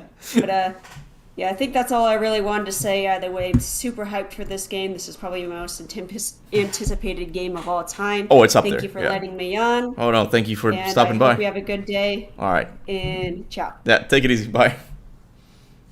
Oh, she dropped that chow on me. Like, she's Spanish all of a sudden? Like, it made me question, hey, Tom Servo. Because that's how Cubans say bye. Chow. He's like, that's how I talk to my friends. Like, she just dropped that chow on me. But it might be an European thing. Tom, how you doing, man? Hello? Hey. Yeah, I can hear you. What's up, man? Oh, what's up? So I know you've been kind of talking about how, like, the post game might work. Yeah, go for it, man. So, have you played the Infamous series? Yes. I mean, yeah, all three of them, yeah. Okay, so do you remember how, like, in the second one, if you played the good route, and spoilers to anyone. It's a good game. You should play Infamous too. Yeah. But I don't remember, to be honest, how they do the post game. Because I'll be honest with you, I love Infamous, but I don't really like the side quest things. Like, they seem very unimportant. But go ahead. Can you maybe remind me of how that works? Okay, so, you know, Cole sacrifices himself. Yeah, and the good ending, yeah. Yeah, and so obviously there would be no end game if he was dead. Mm-hmm. So basically what they just did is there's a pop-up screen that says, oh, time has been rewound to right before the ending of the game. Okay. So, yeah. So just do all the side quests now. So, I mean, they could probably do something like that. Yeah, but I mean, like, would you like that? Let's just even when you said it, you kind of laughed a little bit. Like, time has been rewound. Yeah. Okay, then it's like, you for a game that has this much emphasis on a story, it seems kind of weak. I think they really need to do something special here for the post game. Corey has been inspired by Castlevania Symphony of the Night, and that's something I mentioned in my video and the next one I'm working on. And in that game, you flip the castle at the end. And it's like, wow, you get this amazing post-game. It's this completely new experience. I think it might be revolutionary like that. But go on. Sorry, I didn't mean to take your time. No, you're good. But, well, what I was going to kind of say is, yeah, it's kind of a stupid way of doing it. It's just kind of having it just explain it to you in a pop-up menu. Yeah. So I guess what they should do, if they choose to do something like that, is, like, incorporate the Norns or something. Yeah, like that. Yeah, that's something someone else said before, and I didn't think about that. I'm like, that is honestly a good idea, man. Yeah, like, and you know, with the PS5's super fast capabilities, you probably like jump forward and backward in time really fast or something. Yeah, but the game is gonna be released on PS4 as well, so I don't know how they'll do it. Yeah. Yeah, I don't know. I don't know how it's gonna work. Yeah, the post game thing is a big issue, I think. Like, I only realized that once I did the prediction. I'm like, God damn it, how do I end this game? Because they have to have a post game because it wouldn't fit with the formula. But yeah, it's a big problem for them, I think. Or they could take a huge risk and just be like, "No, it's the end of the game now. Roll credits." Yeah, I mean that would also be very unsatisfying because I'm someone who likes to do the main quest first and then do the side stuff. It'd be kind of odd for me, like, oh, I have to play the game again. I don't know. It's just that's what I mean. We're not game developers, man. Like we're just here, just yeah. That's true. Yeah. But I guess I don't really have any way to segue into this topic, but go for it, man. It's all good. So I know I know you did a video about how like the Spartans are still at the beginning of God of War 3. Yeah. Time travel shenanigans. Yeah. So I kind of wanted to make, I guess this is like a shameless plug, but I kind of wanted to make my own video about the time travel. You challenge me, mortal? You're my competition officially. Awesome. It's all good, man. Great. You're gonna make one video? Yeah, and not to toot my own horn, but I think I found some pretty neat details. Okay. Just. Do you want to share something with me here? I'm not gonna make a video anytime soon. I'll let you do it first. Sure. I suppose. I guess without spoiling too much of the video. I guess, I sort of kind of came to the conclusion that God of War 2 and 3 sort of happened at the same time. God of War 2 and 3? Yeah. Okay. Sort of. Okay. Because like It's hard to do without my diagram. I made a diagram. Like a timeline, you know. But it's okay, man. You can do it on the video, and when you do, just is it gonna be on your channel? Like yeah. What's your channel's name? It's called Buff Junior. Buff Junior. Yeah, it might be hard to find because you know. Yeah, I don't think I see it here. Well, I mean, just link it to me when you do it. Yeah, I'll sure. check it out on Discord, okay? But yeah, I think that's the biggest conclusion I come to is that like, dude, God of War 2 and 3 are technically happening at the same time. Dude, I'll happily watch it. I do want to get Bruno Velasquez in because he's the one who always talks about it. Where was my tab? Sorry, he always talks about the time travel thing, and I do find that aspect kind of confusing. I thought it makes sense. Like, oh, here you go. You see the Spartans, but they were dead, so it must be that, you know, I forgot what I said in the video, but that's why I don't like time travel too much. But hey, dude, I do welcome if you do make videos, man. Yeah, that'd be awesome if you could take a look. I mean, you don't have to because I know you're a busy guy. Mm-hmm. But yeah, that's kind of all I wanted to say. Yeah, all right, dude. Well, thank you so much for stopping by, man. Yeah, thanks for having me on. Take it easy, man. You too. All right, Jao Lima? I don't know if I mispronounced that. What's up, man? I know that's a Portuguese name, I'm pretty sure. So there's probably a Chow pronunciation. What's up, man? Trying to guess how you say your name. It's Joe Lima. Joe Lima, okay. What's up, man? What's up, man? How are you? Oh, good. How are you? I'm fine. Sorry if my English is not that good. It's all good, man. It's all good, man. My doubt is about the Jotunheim Mural. Yeah.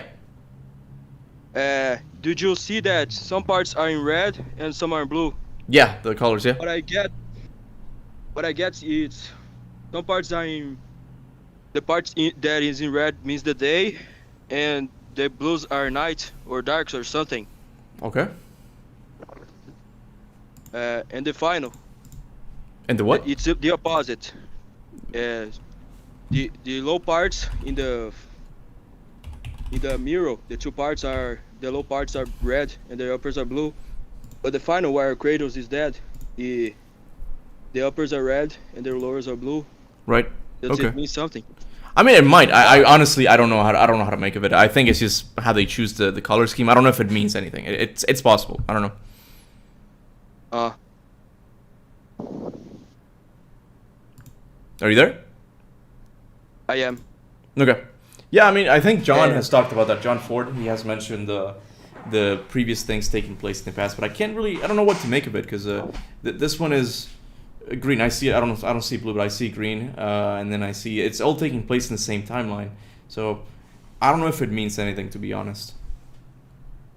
Yeah, but the final, Mimir is in the tree back with the two Odin ravens. Yeah, he is. Yeah. And I don't know what to make about that. I know what you're talking about. It's odd that Mimir is there since this is gonna be the next game. So I've always thought that just meant time travel was involved. It's like, oh, we're going back to the past when Mimir was being kept in Asgard, or maybe in Midgard he was being kept in Midgard. So we might get a flashback to that. Like, I do think there's gonna be time travel involved. So that might be it. I get it. And the thing that I saw too is that I don't think it's Kratos that in the final parts. Okay. Did you saw that the format of the beard is different? Yeah. It's different from Kratos. Yeah, sure. And I might discard because it's not Tyr because he don't have the hair. Yeah, I'm sorry to dismiss the theory, but I don't think the appearance of the characters matters too much, because even Atreus, as you see right here, he's bald, but we know it's Atreus, right? So it's like what you see here is only an artistic representation, and even Balder, he's depicted as being bald, but he's not bald in the game. He's got some hair, so it's like don't take what you see on the mural too seriously, because it's like it's only representing the characters. It doesn't necessarily mean what it is. And if it is here, he probably wasn't designed back then. But go on, take it away. Yeah. The other theory that I have, I think that the ending of the first game, where Thor show up and Kratos in Atreus' house, I think it might be in the end of God of War Ragnarok. Oh yeah? How so? Because I saw in the novel that say 3 years have passed and the wolves have eaten the sun and the moon, and some parts in the game shows that still in day, but Is that in the novel? in the novel, It says that the wolves have eaten the sun and the moon? yeah. Oh, I'll have to check it out again. I don't remember that. I don't know. I don't know if it is certain. I saw it in a video. Oh, okay. All Theory. right. I don't. That affirms that. It might honestly be it might have been mine. I don't. I'll have to check that out. I don't remember the novel saying that the wolves have eaten the sun and the moon. Yeah. Do you think why when Atreus became a jerk when he yeah. when he knows that he's a god, when they arrive in Helheim, he says that he didn't remember. Yeah, yeah. Is he like pretending, or he really is not remembering? Some fans have brought up the idea that it's just a split personality issue. Like it's like he doesn't really remember when he's Loki, but that means that Loki is in fact a rageful person and he just doesn't remember. I like that idea. So I don't think he's lying to Kratos. He probably just doesn't remember. He was just caught up in the moment and just doesn't remember. If I'm going for a more conservative theory, it's like he was caught up in his rage and he just didn't see it at the moment. I get it. Yeah. You know the Jotnar Shrine of Jormungandr when you get to Vanaheim's Tower? Vanaheim's wait, Vanaheim's Tower? Well, what's in the mural? The Jormungandr's mural. Then left there's Angry Boulder. In the middle there's the word serpent. Oh, yeah, okay, yeah, I got you, yeah. Then she's breastfeeding Jormungandr, right? Yeah. Do you think that the Angry Boulder from Jormungandr's timeline, that he came together with Jormungandr and Fenrir? I really don't know. Like I don't know how they're gonna do timelines, because the Jormungandr that's in the game came from another timeline. I'm assuming the one where the Battle of Ragnarok took place, because he fought Thor and then he hit him so hard that he came back. So at least that Jormungandr was born in another timeline. So we kind of know that there are other timelines so far. Yeah. Yeah. This timeline thing is really complicated. Oh yeah, it's gonna be interesting. Like in God of War 2, what happened after Kratos pushed Zeus? Zeus when Kratos hit Zeus after he killed him. Yeah, what happened to that Kratos? Still alive. Some things don't happen. I'm telling you, I have to invite Bruno Velasquez in so he can talk about the whole time travel thing. Give him a chance to explain it. All right, Zhao, is that all? Wait, we got something else? God, I couldn't hear you. There are some things in the vase when Kratos breaks into your vault. Yeah. In the back shows that they are building back Greece. Yeah. I think that they should put. I think that they put the Deucalion Pyrrha. The what? There's a myth on the Greek mythology that when Zeus was angry with the humans, he told Poseidon to float everything, and then the whole Greece was destroyed. But when the seas have I think it's just a depiction of Kratos killing the Greek pantheon. I don't. But it'd be interesting going back to Greece, see how that has changed. Yeah. And then the Deucalion Pyrrha shows up. I'll have to look that up. Yeah. Zeus shows them, I think. Zeus throw back their. Yeah. Zeus flooding the earth. Yeah. So tells them to throw their grandmother's bones backwards. But they think they were their normal grandmother, but actually was Gaia. Oh, okay. All right. So I think that they gonna still use his legend to Yeah, possibly. Show how they rebuild Greece. Yeah, I don't think the Greek pantheon is completely done. I think they'll do something else with it in future games. But dude, I'm gonna let someone in now because we've been talking for a little bit. Okay, Chow, man, thank you so much for talking with me. Come back again when I do one of these things again. Okay. Okay, man. All right, take it easy, man. Thank you for letting me. And sorry for if my vocabulary is very. No, dude, I understood you 100%. You're good. Don't worry about it. Thanks. No worries, man. Take it easy. Man. Bye. All right, Emil, you have the mic, man.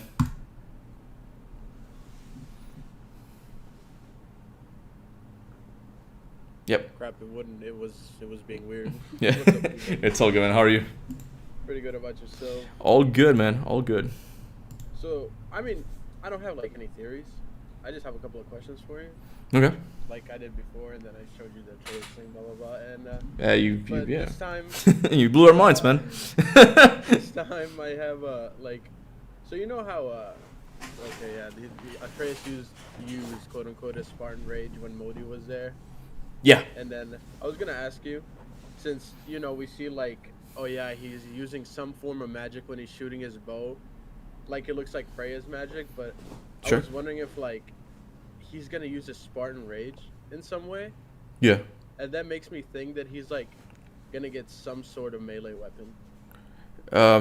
Wait, what will be used as he will be used as a melee weapon? No. I'm saying like when he gets, if Santa Monica decides to give Atreus like Spartan rage. Okay. Oh, will he get a weapon? Okay. Yeah. Yeah, I mean, they have to evolve his combat a little bit. I guess they can't change it too much, and I think that's what we see in the trailer. He can spawn like freaking stags and ride them now. But I do think they are going to give him rage. I don't know if it might be a story point in the game. Like halfway through, he finally knows he learns how to use his rage, and that becomes something he does throughout the story. But maybe, yeah. Because I was thinking when they go to hold on Vanaheim, because I think the story will include Vanaheim and Freyr and everything. Okay. Okay. Because so what I'm thinking is, boom, they're gonna go to Vanaheim with Tyr, maybe possibly. Okay. Because Tyr's gonna be like, oh, we have to go to Vanaheim, something to do with Freyr, blah blah blah, and then I think Bela, since she's like his protector or something like that, right? Okay. Let me see. I'm on the God of War thing. Bela is she's one of the voices. Servants. Yeah. She's a servant.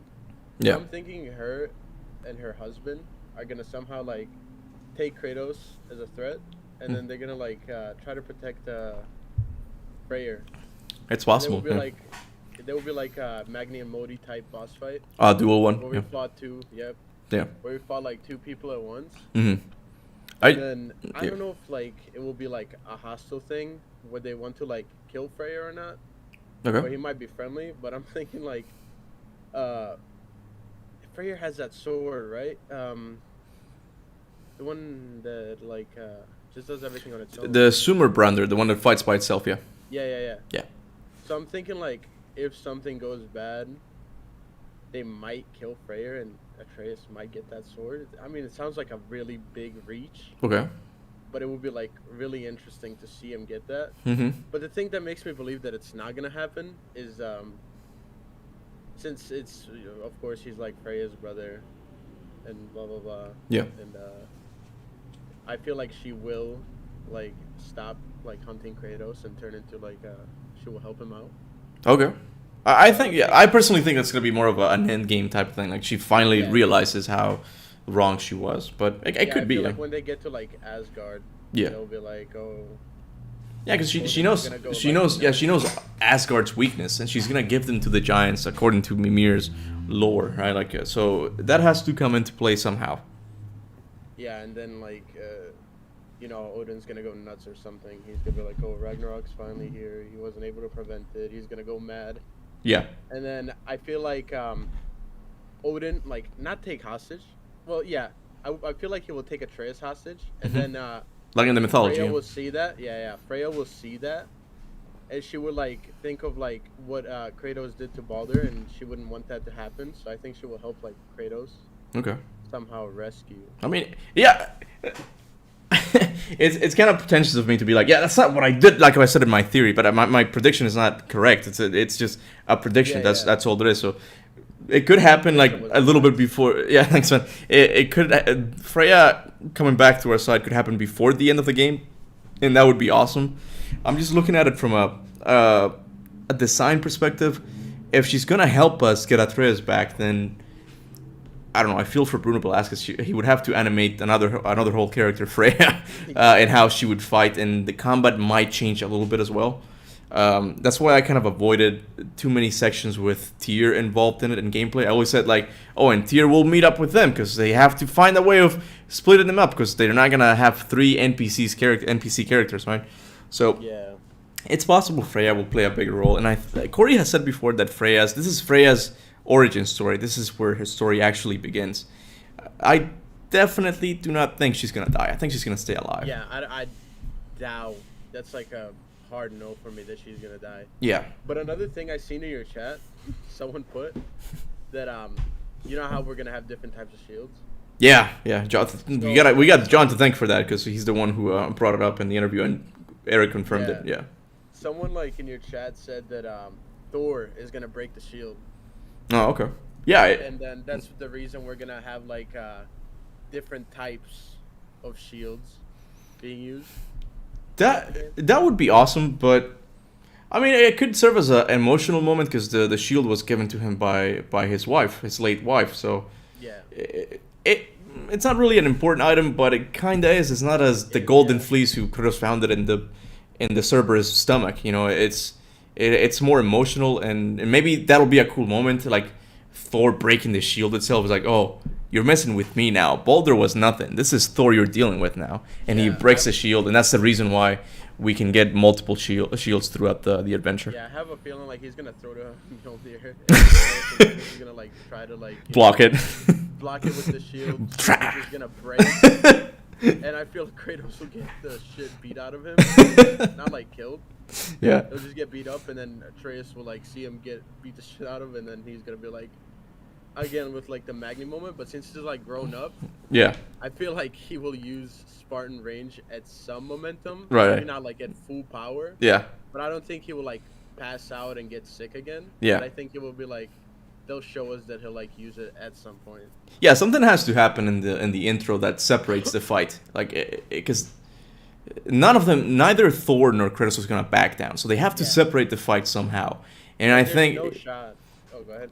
Yeah, and it could either be Atreus, like you said, like be activating his rage, or Jormungandr stepping in, and he's like, oh shit, I have to fight these two guys now, and like Thor realizing I can't do this, I have to back out strategically back out for a little bit and then come back again. Jormungandr is gonna be like, oh, here we go again. He's gonna hear Thor, I smell him, and then he's gonna break the freaking ice in the lake. But another thing is like, if that happens, I feel like since Atreus knows how to talk to him, he'll just call him over and bang. Oh yeah, there you go. Yeah. Muay Thai, yeah. Yep. And then like the reason also I like the shield stuff is because we're gonna get like the gem thing. I forgot the name of it. I haven't played God of War. The like runes? The runes. Yeah. There we go. Yeah. Like we're gonna have the runes in a shield, and that's mostly with Brock and Sindri. So yeah. They're gonna have to like rebuild the shield, and they're gonna give us like special runes or like runes that we can find. Yeah. I'd be sick to see what we can like customize all of that stuff. Yeah. Oh, I got you. And especially like they have to build Atreus' character. They have to give him like more powers than just shooting a bow and arrow over and over. Yeah. That's why I agree with you. I think rage will play a role in his character. Rage, or like you said, I think that was you or John. I don't know. Shapeshifting. Yeah. To the point where they could actually like use shapeshifting to an advantage of combat. Yeah, I've kind of changed my mind on that. Like maybe he won't even do shapeshifting in this game. Maybe that'll be saved for the spin-off game that I'm sure is coming with Atreus. I'm also thinking that there's like a spin-off game coming. Yeah, it's yeah. I mean, like it's too many hints. It's like, oh, this is your story. Oh, okay. And it's just they're not gonna kill Kratos, but there's gonna be a spin-off with Atreus most likely. Yeah, definitely. Yeah. I'm excited to see what like. Oh yeah, and another thing I was gonna tell you. You really don't think that they're gonna show more of the game anytime soon? Because honestly, I think they're gonna show more stuff at the Game Awards. At the Game Awards? Yeah, the Game Awards are on the December 9th. 50. I don't think they're gonna show like anything big. Mm-hmm. But I think they will like boom release date possibly. A release date? Okay. Yeah, I'm thinking release date, and they're gonna give us like a shadow, like, you know how they did it on like the first game where they showed a store, but in this time they won't show us like fully Odin. They'll show us, like, okay. a shadow of Odin like saying something, Right. and then it'll just cut out, and it'll be like God of War Ragnarok. I mean, I'm 50-50. I don't. I'm 50-50, 50-50, but I'm leaning towards no. I don't think we'll see anything at the Game Awards. I think that's gonna be later on in another state of play. It's gonna be. They're gonna go silent for a little bit now. I don't know. But we'll see, man. Dude, I hope you're right. Okay, that's all I can say. I hope you're right. I hope it is at the Game Awards. I can see it like being at the Game Awards because they do like most anticipated games of like 2020. What is it next year? I forgot. 2022. 2022. Yeah, I had to look down. Dude, I asked my mom. My mom was asking like, "How old are you?" And I'm like, 25. And you're 26. Yeah, I forget. Like, and it's not that I'm trying to make myself younger. I just forget. It's just. Nope, me too. Yeah. But yeah, they're gonna show it like, oh, most anticipated game. They're gonna have a vote on it, and then Yeah. Jeff Keighley will be like, All right, guys, I got something for you, and he's gonna be wearing his sneakers and all that. I know, Yep. good old Like Jeff every Keighley, time, man. he's excited for every game. Oh, yeah. This one is my favorite game that's upcoming, and Yeah. the next game he shows, he's like, this Yeah. one I'm really excited for. I got you, man. All right, Emil, I'm gonna let someone in, okay? Thank you so much for stopping by, man. All right, you have a nice day, man. You too. Take it easy. All right, let's see if Kratos fixed his audio issues. I think he didn't get to talk around last time. Let's see. Yo. Yeah, I can hear you, man. What's up? Sorry for the issue, yeah. No worries, man. What happened? My settings, like, it was messed up. Oh, okay. No worries, man. What's up? How you been? I've been just, like, watching, like, your theories, basically. Yeah. Awesome, man. Thank you. So, like, you know, I agree with you that, that the, like, the biggest, like, loophole in God of War is like if all the pantheons are in the same world. Mhm. Because if it's that easy, right? Like Kratos just traveled to Egypt, right? He just walked there apparently in the comic. Right? Yeah, he went through a human means. I got you. Yeah. And if it's not magically separated, right? Like different universes and stuff, why doesn't Odin just escape to some other pantheon? Like, yeah. you know, like, because Ragnarok will destroy Mhm. everything. Like, Yeah. all the mortals, all the people will die, Mhm. and there will be nothing to rule over. Yeah. So like, I don't understand like why doesn't Odin just escape? Like, I hear Iman in the air. Iman's pissed right now. He's pissed because he's a proponent of the pocket dimension theory. I smell him on. But I agree with him on, like, it would be cool if it was a pocket dimension thing, but it probably is, but they've done a piss poor job of showing it. I've always said that they need a God of War game that takes place in between the realms, and maybe the way I see it is like maybe there's a treaty between pantheons not to attack each other, and it's like they kind of respect that, but they're always looking for a way of attacking, without breaking the treaty. That involves like the higher gods or something, but that hasn't been confirmed. That's my take on it. If I was writing the story, I'm like, that could be interesting. Like, why aren't the pantheons attacking each other? Except that time the Persian one invaded Greece. Like, that's the only time. I mean, Mimir does say like, Odin would like to control everything. Yeah, like, yeah. Every aspect, like even other pantheons, if he could. Like, I Yeah. know, like maybe there is like some higher, like gods, like stopping, like but yeah. Mhm. And another thing was like, Baldur fought Kratos and Atreus, right? Like, did he go to Helheim or Valhalla? Like, Sorry, who? Oh, when he died. Yeah. yeah, like Baldur, did he go to Valhalla or Helheim? Because he did fight Kratos. I think in Norse mythology he goes to hell. I think, cause Yeah, he goes to hell because he dies by an arrow. He's just like, he's not fighting. Yeah. Yeah. But in this game he's fighting, so I don't know. It's an interesting idea. Yeah, I don't know what they'll do with Baldur. If the way I see it is that they have one last game to wrap up the Norse saga, And I love Corey and I love Eric. They're talented people, but I think it's a weird choice to just finish it in 2 games. Like this game with such a massive story, it feels kind of odd to just do it in 2 games. So I don't know. I don't think they have enough time to get into Balder and like talk about Balder, like what happened to him afterwards. But I had this idea that it would be cool to see the messenger that goes to Hell to get Balder back. I forgot his name. He goes on a horse. I think Odin gives him Sleipnir and he goes to Hell looking for Balder. I think it would be cool if while we're going in Hell we meet up with that guy and then we have to fight him. But that wouldn't it be weird if Baldur's in Helheim? Yeah, it would be. Yeah, but yeah. Again, I don't think Baldur's even going to be mentioned in the game. They're going to move on to new characters, right? Because there's a time constraint here.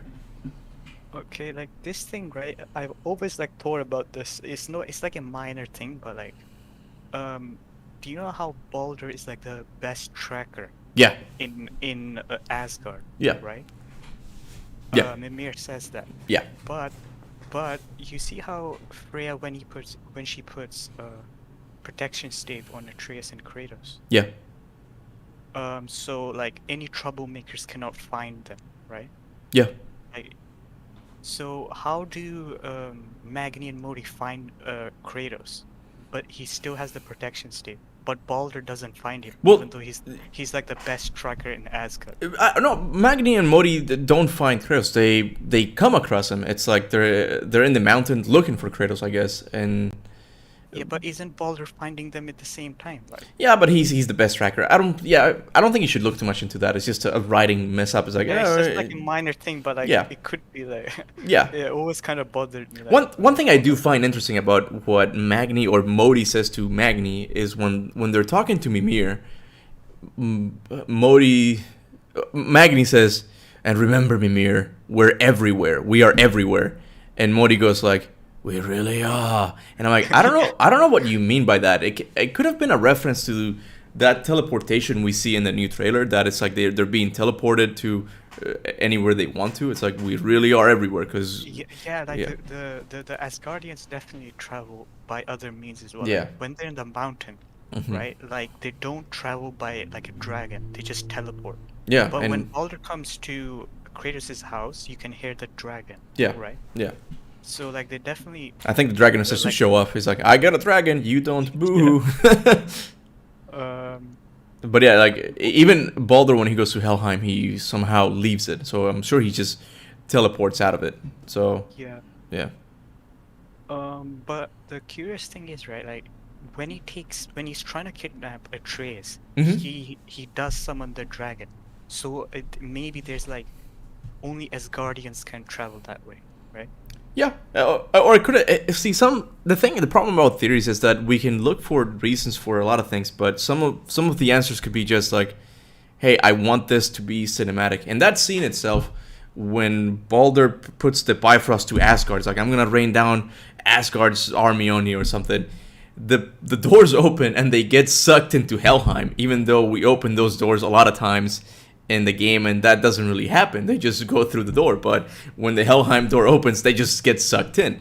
And you don't really see that at the moment because you're so tense in the action, but from a story perspective, it doesn't really make much sense. Like, why is Helheim all of a sudden sucking them out of the realm travel bridge, you know? Or another problem was like when we're fighting Magni and Modi, like Mimir says Kratos' name before he even knows him properly. Like, yeah, that's probably an issue with programming. It's like, oh, he says it afterwards, like Kratos, and he just it might be something with Corey Barlog. You never know, dude. That's the thing. Yeah. And you know, like this is the weird thing. Like I don't know if Odin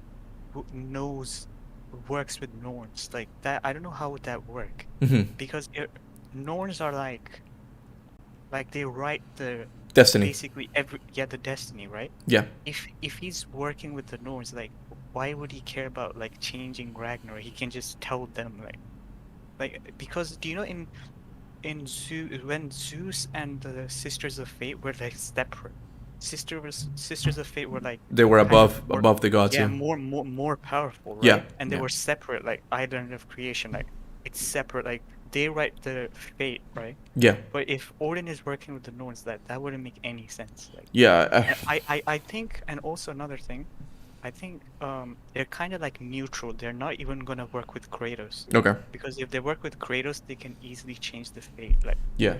I don't know how they would fit Norns. I mean, all we know is that they're probably gonna be in the game because we see the voice actors who are playing them, right?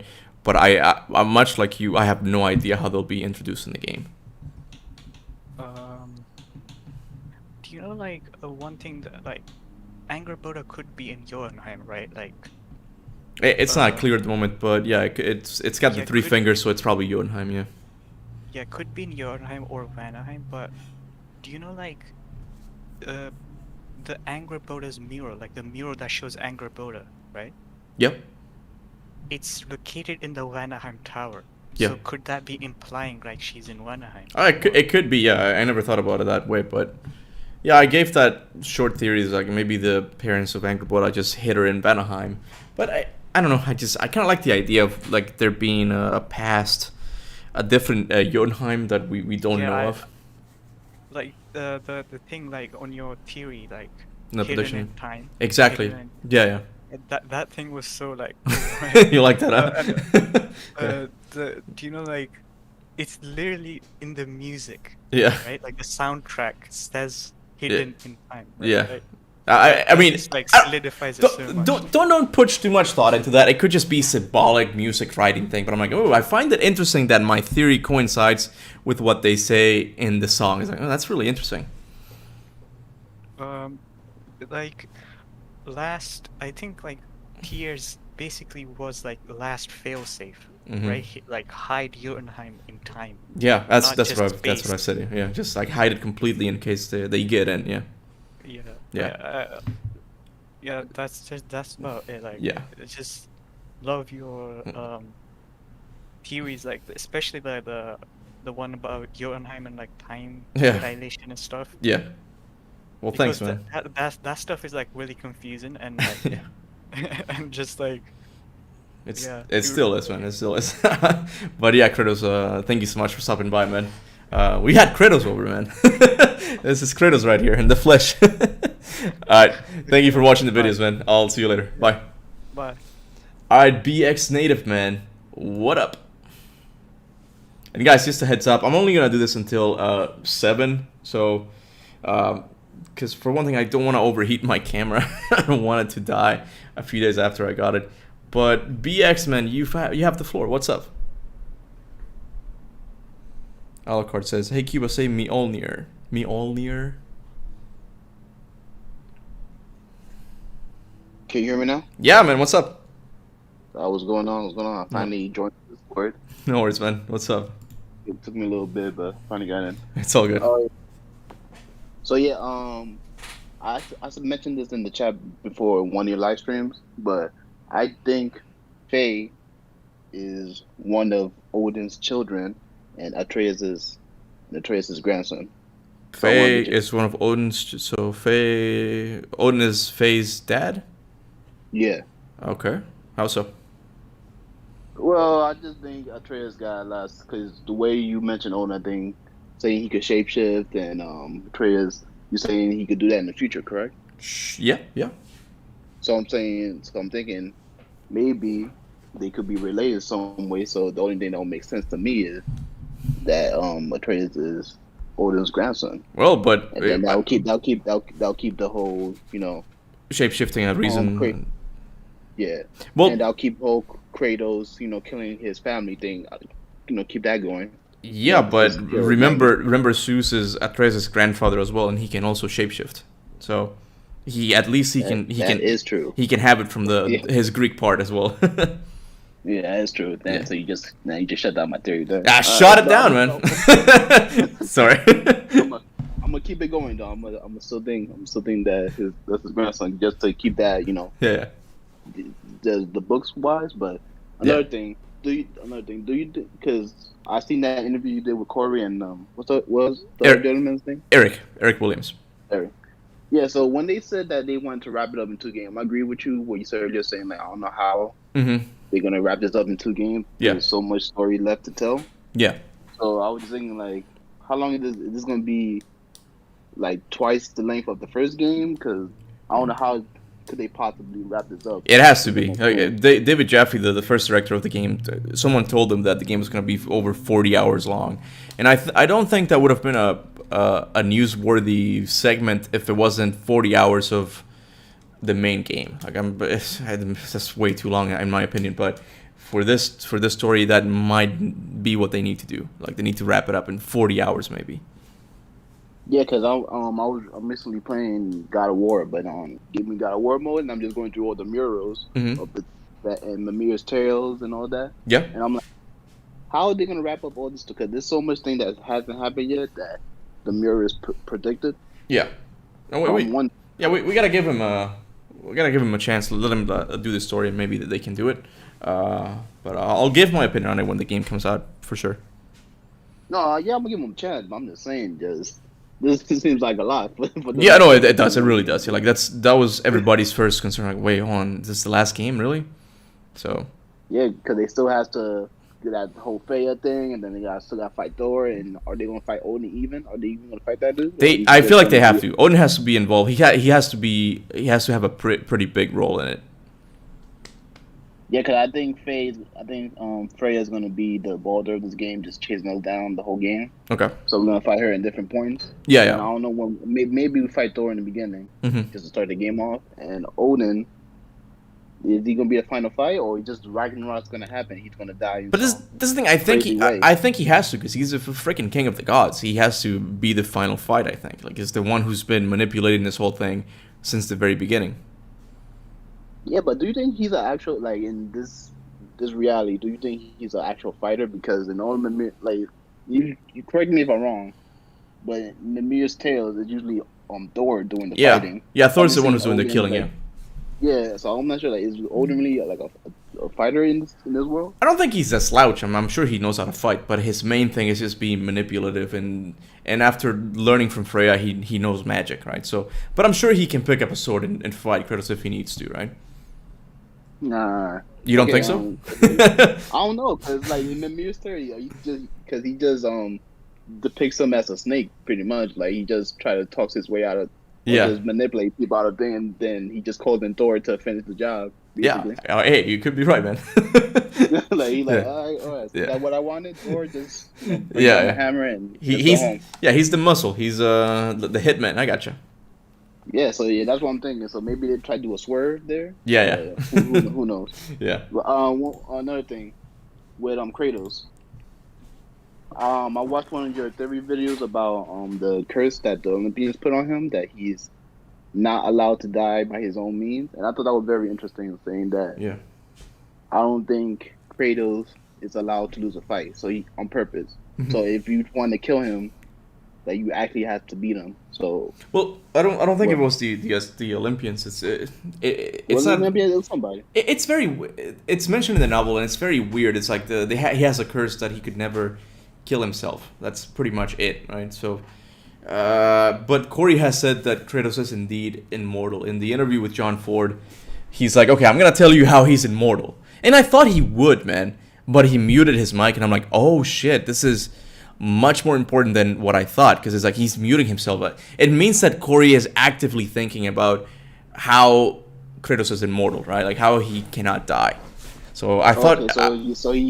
He confirmed that he's immortal. Yeah, he did. Yeah, many times. Yeah. So because the way you presented the video, I assumed that he the only way he could die if somebody actually beats him. He can't throw a fight. Yeah.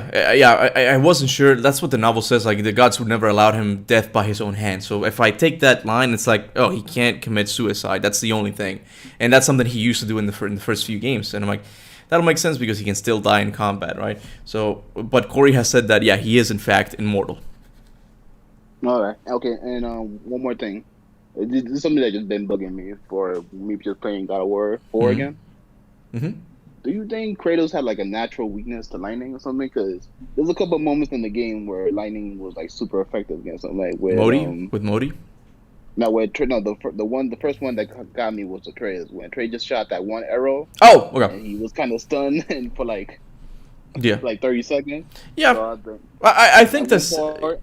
I think that's just for the cutscene to be cinematic. I don't think there's a lore a reason for it. I think it's just for it to be cinematic.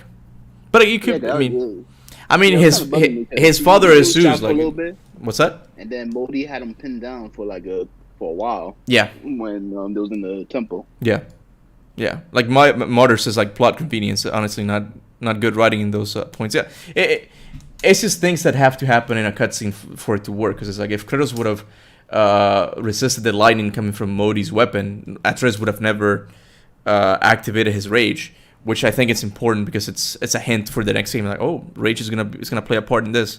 So, yeah, I think some of the things in the game are just for writing purposes.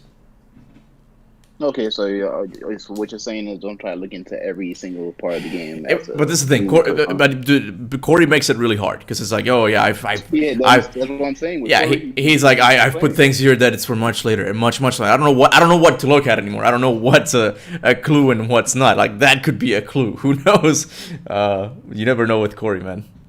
Yeah, because I don't know about the other guy. I don't know his I don't know if he like his track record. Like, what other games has he worked on? Because who? Corey said he's taking a back seat, but Eric. In the interview, he looked like he's very much involved in the process of making.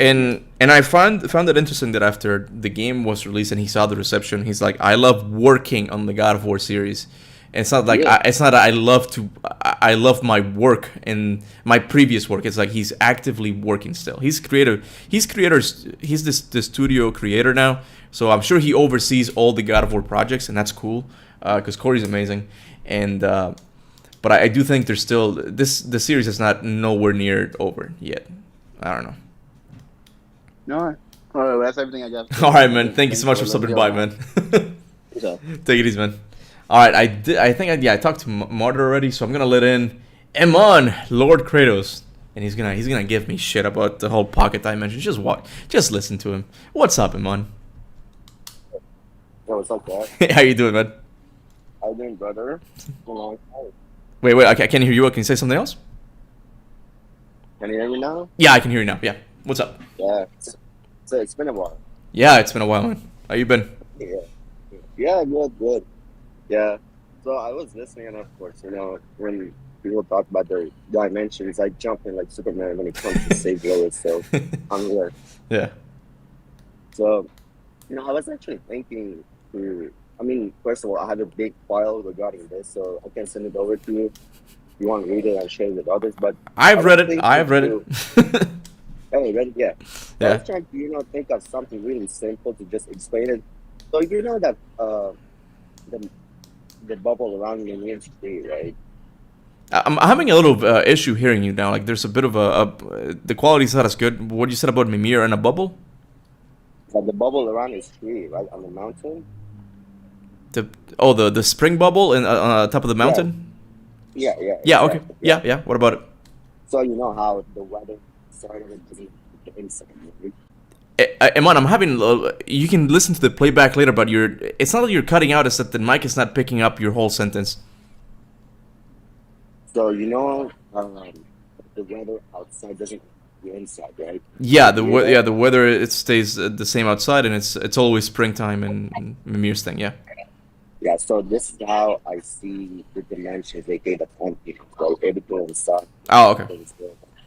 Oh, dude, look, look, we're not gonna talk about this again. Again, I agree with you. It would be cool. Like, it would be the most viable theory. But the thing is, they've done a really bad job of showing it in the comics, and the things that show the world in between the novel, it doesn't really mention him breaking this magical bubble. It would solve it, man. It really would. But that's the thing. I just don't see it yet. Like I'm sure it's the fact, but I can't say for sure it's lore. It's just it can't be it. Oh, I know they did a poor job of explaining it. I don't think they're gonna even explain it. I think they're just gonna leave it like the lore beyond the days of chaos. Mm-hmm. Yeah. So one thing I was gonna talk about is I was actually on Reddit and I was looking at things and there was a poll regarding Mjolnir. And surprisingly, everyone said that. Oh, I couldn't hear that. No, I couldn't hear that, Amon. You cut out for a bit. So I was on Reddit, right? Yeah, someone in the chat says like you sound like a robot a little bit. Yeah, it's a little bit hard to hear you. Like, do you want to come back later? Like, do you want to see if you can fix the audio and then come back? Because I can't hear you properly. Yeah, sure. Let's do it later. Okay, all right. Just jump back in and then I'll let you in. Okay. All right. All right. Later, man. All right, let's see. I got Mr. Thomas. I think, yeah, I talked to Martyr already. Martyr. Mr. Thomas, what's up, man? Nice to meet you. Hey, man. Nice to meet you, too. How you doing? I'm a Black Tortoise on YouTube. So, okay. Theory is a long-time fan, by the way. Awesome, man. Theory. If you go to the temple and you stand in front of Brock, in front of the forge, the hammer he holds is the same hammer that is in the house. Oh, okay. And on this, when you stand in front of Brock, there's a key ring. The key ring holds a sword, a bow, and the hammer. Now, if you remember God of War 2, we had multiple weapons. So if Kratos has to leave Atreus at any point, he may indeed leave the blades, the bow, the axe, his shield, and the hammer that's in the house. So Atreus becomes the main character, and there we have our 4 weapons just like we had in God of War 2. Wait, hold on. So you're talking about, okay, in Tyr's travel room, like the forge, where, are you talking about from the trailer? Yes, sir. Yes, sir, that's correct. Okay, so the you're talking about the ring. Yeah, I think I know the ones with the runes and stuff, and then you put the weapons there. I'm a little bit confused. The blue runes and red runes, those are the keys for Muspelheim. Yeah, and Niflheim, yeah. The other Niflheim. Yeah. But the other key ring is on the table directly in front of the forge that Brock is standing in front of. Okay. I've tried to send pictures to different streamers. Okay. I have it saved, but I can send it to you too. Yeah, just send them to me on my DMs on Discord, and I'll check it out. Okay. You can do it now if you want to. Sir, definitely. Yeah. Yeah, definitely. I've got other theories. I'll be listening in if you want to, check in with somebody else. That was my main thing. Dude, no, you can stay on. Like, I don't think I have anyone at the moment. You can, if you have the pictures with you now, you can send them to me through a message. Yeah, definitely. Yeah. I actually have it on my Snapchat saved. Okay. If I can figure out how to do this, I'm actually streaming from my phone and watching you on my PlayStation. Oh, okay. All good, man. But I will definitely send those to you. Let's see. Because what you're essentially saying is that Atreus is gonna pick up the Leviathan axe and the Blades of Chaos, and he's gonna become the post game, right? Like you'll play as him, like in Red Dead, you play as Jack Marston. I believe so. Okay, all right. So I'm gonna find this photo of the key ring in front of the temple. I've got a ton of photos, but I've been waiting to get it to you. I think I tried to send it to you on Twitter one time, maybe a few months ago. Okay. And then another theory I have is possible gameplay as Kratos and Atreus for like a training arc in the beginning. Oh yeah? How so? There it is. Here it comes. I imagine they'll have the conversation where they were arguing, and he was saying, Mother would want us to fight if it meant peace. And, Kratos, no. Yeah. We do not know what Mother wanted, yeah. I believe that'll be the entrance to the game. Oh, okay. We have a disagreement, and then he'll say, "Square up, boy." Square up. I got you. I have that feeling. Did you send I think I sent the photo to your Discord DMs. Oh, okay. I don't see them at the moment. I might have to exit out. I think it worked. Dodd3 says, "As a picture of him mooning you." No. That would be horrible.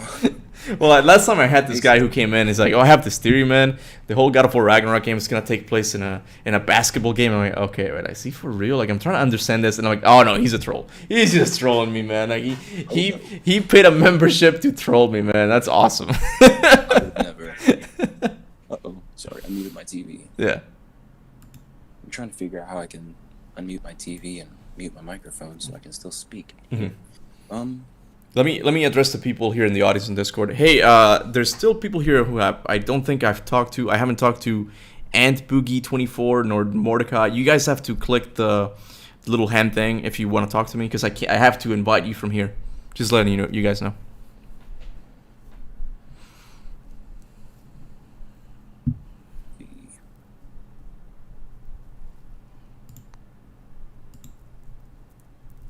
Let's see. Oh, there we go. Here we go. That's how. Ah, yes. There. Now I figured out. I got you. first-time user. So wait, so that's on the counter where Brock works, the forge? Yes, sir. And in the temple only. It's not everywhere the shops, just in the temple before you enter the travel room. Okay. It's on the table. And right in front of the it's forge. and you say it's a key ring, like something you put your keys Yes. on? Okay. Okay, explain the theory. I've never seen this before, but go ahead. I know I've never seen it anywhere else. Okay. I'm pretty sure not a lot of people talk about it. I've even Okay. tagged, if you see I'll tag my Twitter page later, but I've even tagged Corey Barlock on Twitter Okay. and sent this photo. Okay. But So if you go to the temple, look Yeah. right in front of him. Don't look far, just look straight down in front of him, and you'll see it. and there's a I'm picture pretty of sure it's the a bow. okay. Oh, it's a bow. Yeah, you're right. Yeah. Yeah, the bow, hammer, and sword. The blades? think- You mean the blades? Yeah, it looks like a sword. Oh, a single blade. Okay. So maybe Freya's, but I think the latter of the blades of chaos. Because Okay. when Atreus says, that'd be a fairly heirloom, or when the dwarf Brock says that could be a fairly heirloom, and he's like, it will never be. Right. Good foreshadowing. Great writing. So Hmm. these Ah. pieces, big pieces. Yeah, go on. Sorry, I didn't mean to interrupt. Are you there? No, you're fine. You're fine. I think that if they have a fight and Kratos goes to Valhalla with the help of the Valkyries, Atreus will wield 4 weapons like we used to in God of War 2. Damn. Like Maybe so. our So the main bow, the hammer, the blades, and the axe. Yes, sir. Wow. And then his shield, of course, have Kratos' shield. Yeah. But I mean, okay. So we're talking about the post game now. So you think so? You're one of the proponents that Kratos is gonna die, right? You believe that's gonna happen?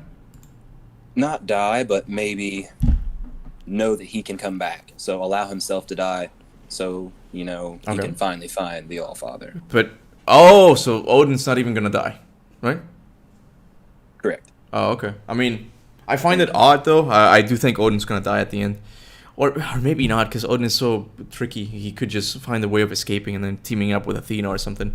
But Right. from Atreus' point of view, wouldn't he try to be looking for Kratos in the post game? It's like, think about the ending. So Kratos dies and he goes to Valhalla. Father! All right, let's go and do some side missions. It's like, it doesn't really translate too well. It's like, the game, that would be like part 2. Like, if Kratos does die, like, that needs to be part 2. We play as Atreus looking for Kratos. That would be sick, I think. But they've said that there's no more Norse games, so it's like they left us theorists just crazy here. Like, I don't know how they're gonna end this thing. I really don't know, because it's like, It has to be a very large game, similar to Mass Effect. Yeah. Or Skyrim. Yeah. It's going to be massive. No, We're I going get to it. cram it because if you remember, if you remember the earlier trailers of making God of War, Corey mentioned cutting out a ton, like Yeah. the Helheim bird. Yeah. It wasn't a boss anymore. It was a boss, yeah. They're going to throw all the stuff they had to cut out, keep it pieced together, but put it all into one great story because they Mhm. already have most of the game plotted out. Yeah. No, I So got they you. have plenty of time, 2019, 2020, 2021 now, because of, Christopher Judge's mishaps. Yeah. It's okay on him. Yeah. I love and support they did that for him. Oh, yeah, that's awesome. But I think it's going to be a massive game. Yeah. And I honestly, I'm of the idea that the game's gonna get pushed to 2023. Like, it's people are saying, like, you're being so negative. Like, that's what seems to be happening with all games, man. Like, I get it was announced once, but it might even get pushed to 2023. And I agree. They might have time to work on it more, because if it is such a massive game, Sony or Santa Monica just needs to nail this. It's like they've already got the fame with God of War, but damn, like, if this game is another Game of the Year contender, God damn it! Like, God of War is gonna be established for years to come, man. Like, it's gonna be Years this, to come. yeah. But Yeah. But dude, Those are a few of my main theories. Well, thank you for sharing them, and that's cool. I'll look into that. I'll go to Brock's Forge in Midgard. You said, like, it's an old forge just in the temple, right? Yep, as long as you're in the temple. All right. Oh, cool, man. All right. Thank you for stopping by, man. No problem. Appreciate it. I'll still be here. You All guys right. enjoy. All right. Take it easy, man. Thank you. All right, man. I'm gonna let you in again. See if the audio's better, because I really couldn't hear you, man. And Mordecai and Boogie, remember to hit the little hand thing to request talk, because I can invite you guys. Hey, man. You there?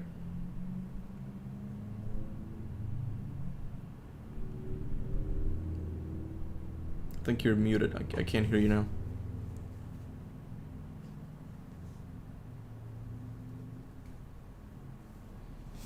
Yeah, I think mine is just having audio issues in general. So I guess I'll read the chat for a little bit. Now that you have the axe, will you adopt a child and rename him Atreus? I'll probably name my kid Atreus if I have a kid.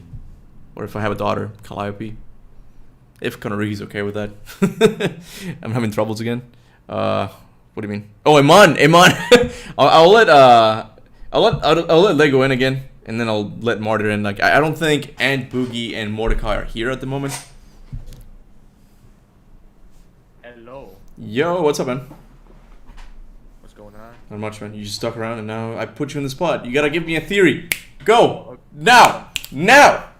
Give me the entire game now. Kratos sits on Tyr and dies. He sits on Tyr? Wow, look at this. Okay, alright. We got a Lady Dimitrescu fan here. Like, he sits on Kratos. Jesus, man. Like, that's all you could come up with?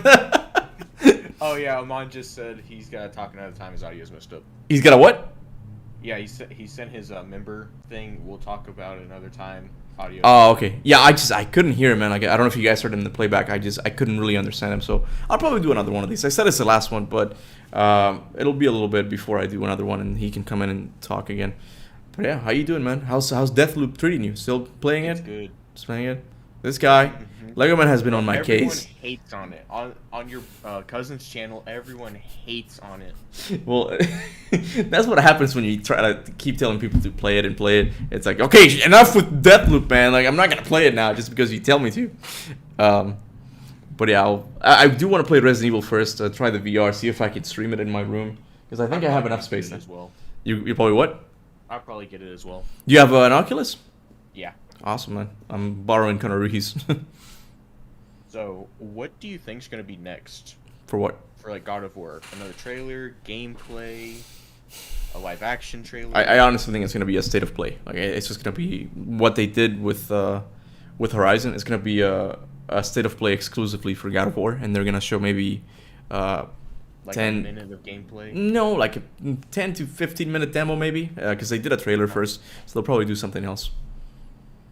But I think it's gonna be a few months before we see anything. Probably. Yeah. I would say like January, right?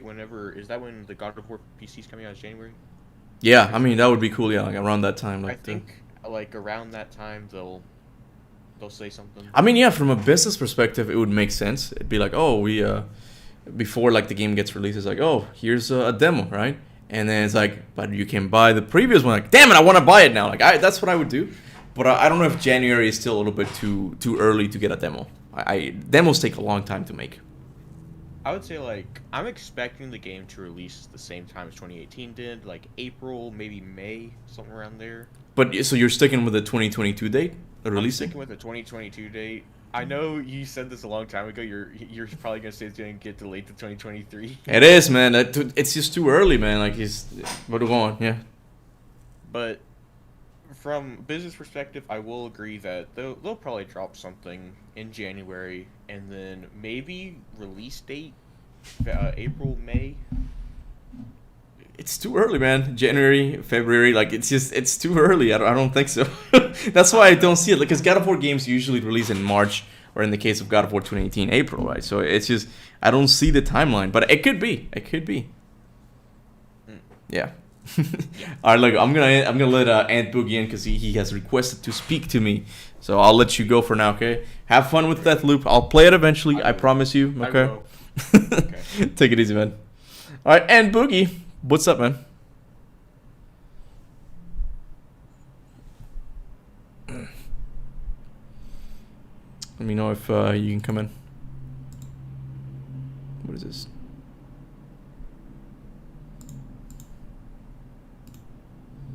Is he having audio issues? Oh, there. Hey, what's up, man? Hey, how you doing, man? Hey, good. How are you? I'm good. I was at the mall. I literally went to work, and then I went straight to the mall with my friends. I didn't know I was gonna go, honestly. It's all good, man. How you been, man? Yeah, all good, man. How are you?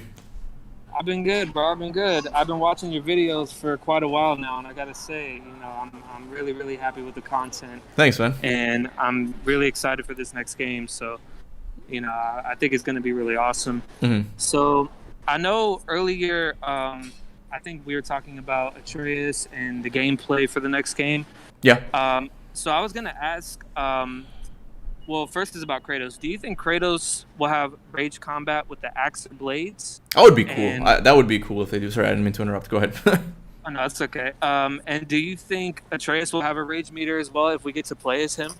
I think he has to. Yeah, but Atreus, most fans think that Atreus will be playable at least for a section in the game, and I agree with them too. I just don't know how they'll do the combat for him because he's mostly a range guy. Maybe that's when he'll get the melee weapon, like most fans think he'll get as well, and then the game will teach us how to play with the new mechanics, right? But yeah, I do think rage is gonna be one of his new abilities. I agree. Do you think Mimir? I have a feeling. I have no idea if this is gonna happen, and I don't think anyone's brought this up yet. But do you think Mimir, at any point in maybe like it will happen, maybe it won't, but do you think Mimir is probably going to be taken away from Kratos at any point of the game? Like, and like Kratos will have to go at things like by himself and like use his like, I guess like knowledge to get past like wherever he's at. Like, do you think like Mimir won't be usable for any point of the game? You mean by Odin? Like he's gonna be taken by Odin? Like someone's gonna take him? It could be by Odin, Thor, basically any of the enemies that we know about. I personally don't. I think Mimir has served his purpose from Odin's perspective. It's like he already has the Jotunheim Jotunheim Tower. He doesn't need Mimir anymore. So I don't think that's gonna be a big story moment if Mimir gets taken away. I don't think that's gonna happen. I honestly think Mimir's gonna stay with us for the rest of the entire series. He's never gonna die. He's never gonna get kidnapped or anything like that. Yeah, true. Yeah. And I know this has been asked a lot, but I'm just wondering, like, but if we end up killing, like, I'm pretty sure we're gonna kill Thor at some point in the game. But definitely. Yeah. Do you think that Kratos will ever wield Mjolnir at all, or do you think? Yeah, people ask me that a lot, and I just don't know because Mjolnir and the Leviathan axe behave so similarly with the whole thing of being called back. I don't know how they'll do that in the game to make it a different enough weapon. Maybe they'll do it just so the player has something to do. It's just like, oh, you wanted Mjolnir, here you go. But it could be cool. It is a hammer at the end of the day, so a blunting weapon like the Nemean Cestus, it might have a lot more power and be slower. It could be, that's possible. But yeah. Okay. Yeah. Yeah, man. And honestly, I just want to say, congrats on the success. Like, it was crazy. I was just watching your videos in June, and I remember you did the 80K special. Oh, yeah. And then it literally went from June until now. It's like been from 80K to like, I think right now it's like at 100, 120 something. 23, yeah. So, yeah. Yeah, that's really crazy, man. And congratulations on all the success. Well, thank you, man. And it's all thanks to you guys. Like, you guys are the ones who watch my videos. If I had no one to watch my videos, there wouldn't be any success to talk about. So thank you and the many people who watch my videos, man. Oh, of course, man, of course. But yeah, thank you very much for having me on. Yeah. And whenever you do the next discussion, I'll be there for sure. Oh, definitely, man. Take it easy, man. All right, bye. You too. I'll still be listening in. Awesome, man. Thanks. All right. I noticed that Mike and Mordecai came in for a little bit. Mordecai hit the little hand thing to talk, and Mike, you do as well if you want to talk. I'm assuming, but yeah. What if Atreus gets Thor's hammer? It's possible. I do think that the ending of the post game of the God of War Ragnarok could be really weird or really good. It's like maybe they'll go completely. Oh, Mordecai says I'm here to listen. Oh, okay, that's good, man. I thought you joined for a little bit. Don't get anything. Don't have anything to share. Okay, that's all good. So yeah, like Santa Monica could completely blow our minds with the post game section and it being like freaking Castlevania completely, and it'll be a castle flip, which we get Mjolnir as a secondary weapon, and then we get to level it up from the beginning of that. That would be sick, man. But anyway, I'm gonna let in Mike Who. What up, Mike? How you doing, man? You there? Hello? Hey, man. What's up? What's up, man? Hey. I saw you got the Leviathan axe, man. I did, man. That one's really cool, dude. Yeah, I gotta hang it on the wall or something. 100%. You Yeah. should definitely think about maybe grabbing like a watermelon or something and seeing what that thing can do, you know? Dude, I've thought about that when I bought them. Like, what if I do a charity stream and I break things with the axe depending on how much money people give to the charity? And it's like, oh, you give $100, watermelon, and then I move up to things. And of course, I'll eventually move up to a human. I'll have to kill a human on screen. It's just that's the thing on YouTube, man. You just gotta kill some people sometimes, you know. Oh my god. Well, things got dark, man. Maybe a Draugr. We'll start with a Draugr. There you go, man. Oh, Mike, could you... Oh wait, hold on. It's Mr. Thomas. Yeah, it was Mr. Thomas. Mr. Thomas, could you exit out of the room, man? The chat. But yeah, go on, Mike. All right. So yeah, I mean, honestly, I'll be real with you. Like, as far as theories have been going, like, not too many. Hold on. He's not realizing. Oh, he left. Okay, there you go. Okay, yeah. Sorry. Like, from a theory standpoint, like, I don't know, nothing has really like popped up in my head lately, but it's more so been like after that big nugget that I saw, obviously you and John Ford mention about Eric Williams in that interview talking about the ending, right? Yeah. Surprising yet inevitable. And well, that's not even news. I'm sorry to interrupt, but that's not even new. Like that, when I looked I at didn't the, know that. He mentioned that in the interview he did with after the game was shown. He just mentioned it's like, yeah, the game will be inevitable. Like, oh, this is what you guys are talking about. I knew about this, but go on, yeah. Yeah, I just thought like him saying that about the ending or like how this is gonna conclude with the Norse Saga was interesting. And like the more I thought about it, right, and I actually talked to Anhad about this, was like, I don't think it's really death related, right? Because everyone thinks, oh, surprising yet inevitable. Like a lot of people in the community have been talking about, like, does that mean is Kratos gonna die or is he not gonna die? Like that's been like the big elephant in the room, I think. Yeah, definitely. With relation to the ending. But the more I thought about it, like I feel like a focal point with the ending, as far as the ending is concerned, I think it's gonna be more focused on the truth. Like, and remember how like in the last game, Kratos kept dealing with that, like the truth. What is the truth?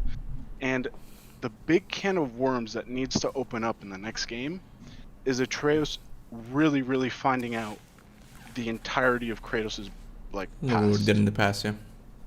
That's the massive secret that he doesn't know about. And Mimir's talked about it, like especially when we first met him at the tree, like he needs to know. And before Kratos and Atreus' like relationship can fully develop, they need the truth to come out. I agree with you. Yeah. That has to be like the big thing, kind of like dangling over Kratos and Atreus' relationship, really crossing over to, you know, a different level of trust and you know, whatnot. So I think that once Atreus finds that out about Kratos killing his wife and daughter, you know, how he got the ashes, you know, slaying all the gods in the Greece pantheon, like this will probably be the nail in the coffin that hurts Atreus during a very, very key phase of him growing up, because he's still contemplating the whole, you know, Loki versus Atreus thing, right? And figuring out who he is. So that identity crisis he's facing between his giant and god heritage, like, I just think that specifically, like when he finds out that big can of worms, that's the inevitable part. And what do you think will happen? It will lead to, I think that's where they're going to split up. Like, and the more I think about it, like, like that has to be the inevitable piece. Like, whether or not Kratos is going to have the courage to actually tell Atreus, like, I don't know if he's going to actually be the one to tell him, or if Odin, for example, might be somebody that would tell Atreus. You know, to kind of stir the pot a little bit, because, you know, Odin does have a lot of tricks up his sleeves we haven't dared to consider, and spilling that might be one of them. What do you think? So, no, I mean, again, I just go back and forth, like, how is the ending gonna go? And yeah, I'm a proponent of the idea that the thing Eric is talking about is them splitting up. It's like, maybe what he means by inevitable is that yeah, you'll get to play with Atreus with the next game. It's like that's inevitable. They set it up in the first game. It's like, oh, this is your story. So I do think we'll play as him eventually. So yeah, the truth might be like what makes him want to leave his dad for a little bit. And I've had this idea that maybe since we're not going to go to Greece anymore, at least I don't think we will, the one who's going to go to Greece is not Kratos in the next game. It's actually Atreus. And that's going to be like the part of his story where he's trying to come to an understanding of who his father was, what the gods did to him in the Greek pantheon, right? So he'll go to Greece and he'll, get to experience that firsthand, I guess. And it's like, maybe I understand my dad a little bit. It's like maybe, and that will start to forgive his dad. That's kind of what I thought about that. Yeah, I feel like that's so interesting, and also, not going to get into the whole Fjorgen Fae theory or whatever, but I just feel something that can really move this plot into an interesting direction will be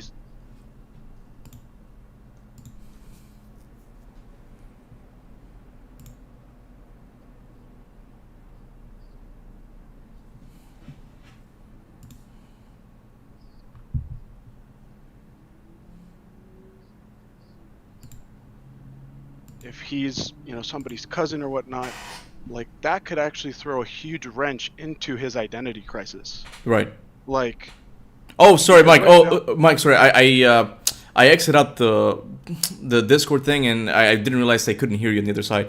Could you repeat? Could you repeat that like 3 minutes, maybe 2 minutes? Sorry, I'm sorry. Yeah. Sorry. No problem. So like the other thing was what I was mentioning is with the whole plot, like a really, really good way to further deepen it, because right now I think it's black and white, right? Like we're on team Kratos Atreus, like we're gonna end Ragnarok, like the Aesir's are the enemy. Yeah. But again, a focal point I think in this whole plot, especially in the next game, is going to be Atreus contemplating his identity crisis. Like Eric has confirmed that. He's like, I think that's very interesting. He's split by nature. He's two characters.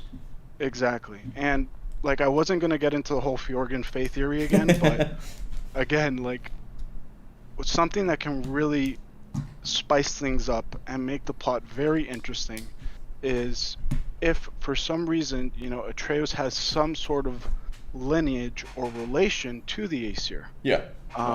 And we know that Fae has a lot of secrets. Like we know Kratos is hurt because he didn't think Fae had all these secrets. Atreus having some sort of relation to the Aesir, Odin, Thor, Tyr, whatnot, like that can also like really complicate his identity crisis. Yeah. And kind of put Kratos in like a weird spot, because then like he's gonna be like, whose team am I on? Like. No, I got you. Yeah, that's why I think Atreus is not gonna die. Like he's too important right now. They're still cooking him up, and if they do the character properly, like he's gonna be just as interesting as Kratos. I think Atreus has to go through some trauma at the end, like you say, for us to care about him. He's got to mess up real big, because I think one of the things we like about Kratos is that he's a big screw up. It's like we can kind of relate to that, and Atreus cannot be the goody boy. He's like, oh, I'm perfect. No one likes that. You want someone who's flawed and who's trying to be better, I guess. And that would be like a good transition into it. And yeah, like him being related to the Aesir gods would be a cool plot twist. But there were many things I didn't know how to fit into my prediction. Like that could be one of them. I just don't know how to write it in, to be honest. Yeah, I mean, again, these plots, we know how they are at Santa Monica, especially with the bar that they set with 2018. Yeah. This one, though, is that much higher because, again, like, with Atreus and Kratos' relationship in the last game, something that, always ended up happening is, there was something interesting to explore as far as, like, their relationship and maybe with, Fae's past and whatnot, and figuring out their relationship, but something that always grounded them back was the focal point of, our mission is to scatter, Fae's ashes at the end of the day. And it served as a good distraction in a way, to always recenter the narrative. Yeah. But now in this next game in Ragnarok, like there's really nothing holding them back. Mm-hmm. So, like, again, this father-son arc and where it's gonna go, their relationship with the Aesir, like we may be a lot closer to them than we think, and like, yeah, I know that Kratos at the end of the day, he does not want to see Atreus go into that cycle, Yeah. and him finding out about Kratos' past, Yeah. like that 100% would be a catalyst, I think, for him to maybe dive into those waters, you Yeah. know, of, like continuing the cycle. Yeah, but I found it really interesting what Eric Williams said in the IGN interview, and he's like, from the point of view of Kratos, he's like, oh yeah, as someone who has grown up, you can empathize with that, but you see that, oh, you're gonna make a lot of mistakes, man, that I could tell you about, but you're gonna do them anyway. It's best if I just don't watch or something like that. I'm paraphrasing, obviously. So it's like, maybe Atreus might go through a similar phase of being angry and kind of like his dad, and he has to learn that by himself. Absolutely. Yeah. It's super interesting.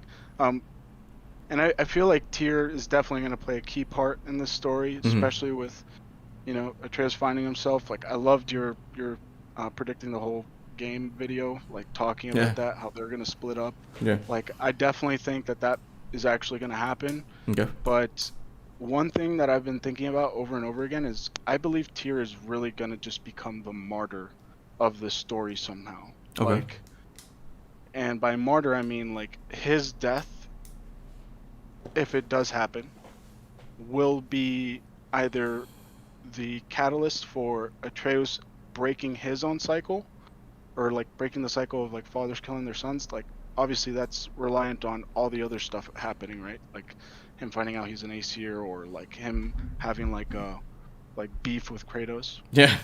But Tyr's death is gonna be super impactful to the story, where it will define a key decision that Atreus is gonna make. Yeah, that's why I've always said that it can't be Sindri or any other of the minor characters, because it has to be a pretty big character, like the freaking God of War of the realm. Like, it's gotta be important. And like I said, yeah, Atreus is gonna be changed from that point on.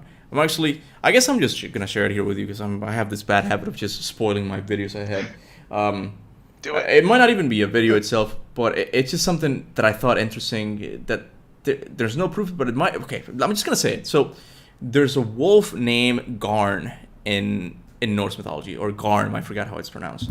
So when I went to Norse mythology for smart people on Google, it says like, not much is known about this wolf. That's all we know. There's a wolf that fights Tyr at the end in Ragnarok, and they both kill each other. I'm like, that's interesting though, because Atreus likes to shapeshift. I mean, Loki likes to shapeshift, and the wolves are one of his main animals, I think, right? Like, wouldn't it be interesting if Santa Monica is gonna do their Santa Monica thing and be like, oh, Loki was Garn all this time, and it's like, that's how you get the backstory. So, because much like Farbuti, like Garm, it has nothing about him. It's like, and he kills a pivotal character, an important character in Norse mythology. It's interesting. He's such a minor 100%. character, but he kills one of the most important ones. Like, this is really interesting. What if they just blow our minds? Like, oh, Loki was this guy all along. It's like, I don't know. So it's just be huge. that's something I thought, because it's like, damn, that's what we need for Atreus to be a likable character in the next game. If we're gonna play as him, it's like, we need to mess up this. We need him to mess up, just like Kratos did with his first family. It's like, damn, he gave in to rage. He turned into a wolf, and he killed his idol, the good guy. He killed the good guy. But that would be a different from my prediction. But then again, my prediction's not canon. It's just another idea I had. It's like, that'd be interesting as a character development thing. It's like, yeah, we need him to mess up big time. That's super interesting. I love that. Yeah. And please make a video on that. Like, on the topic of wolves, like, actually it was not yesterday, but Thursday, I rewatched your video of how Kratos came to Scandinavia. That video. Yeah. And talking about like the God of War novel, and that whole section talking about the wolves and whatnot, the wolves that ended up dragging him to Scandinavia. You know, there was a description in it. One was all black, and then there was a white wolf, right? Now, going back to a conversation that we had like right after the trailer came out in one Yeah. of our member hangouts. Yeah. Like we were talking about the importance of characters, like character placement within the God of War franchise.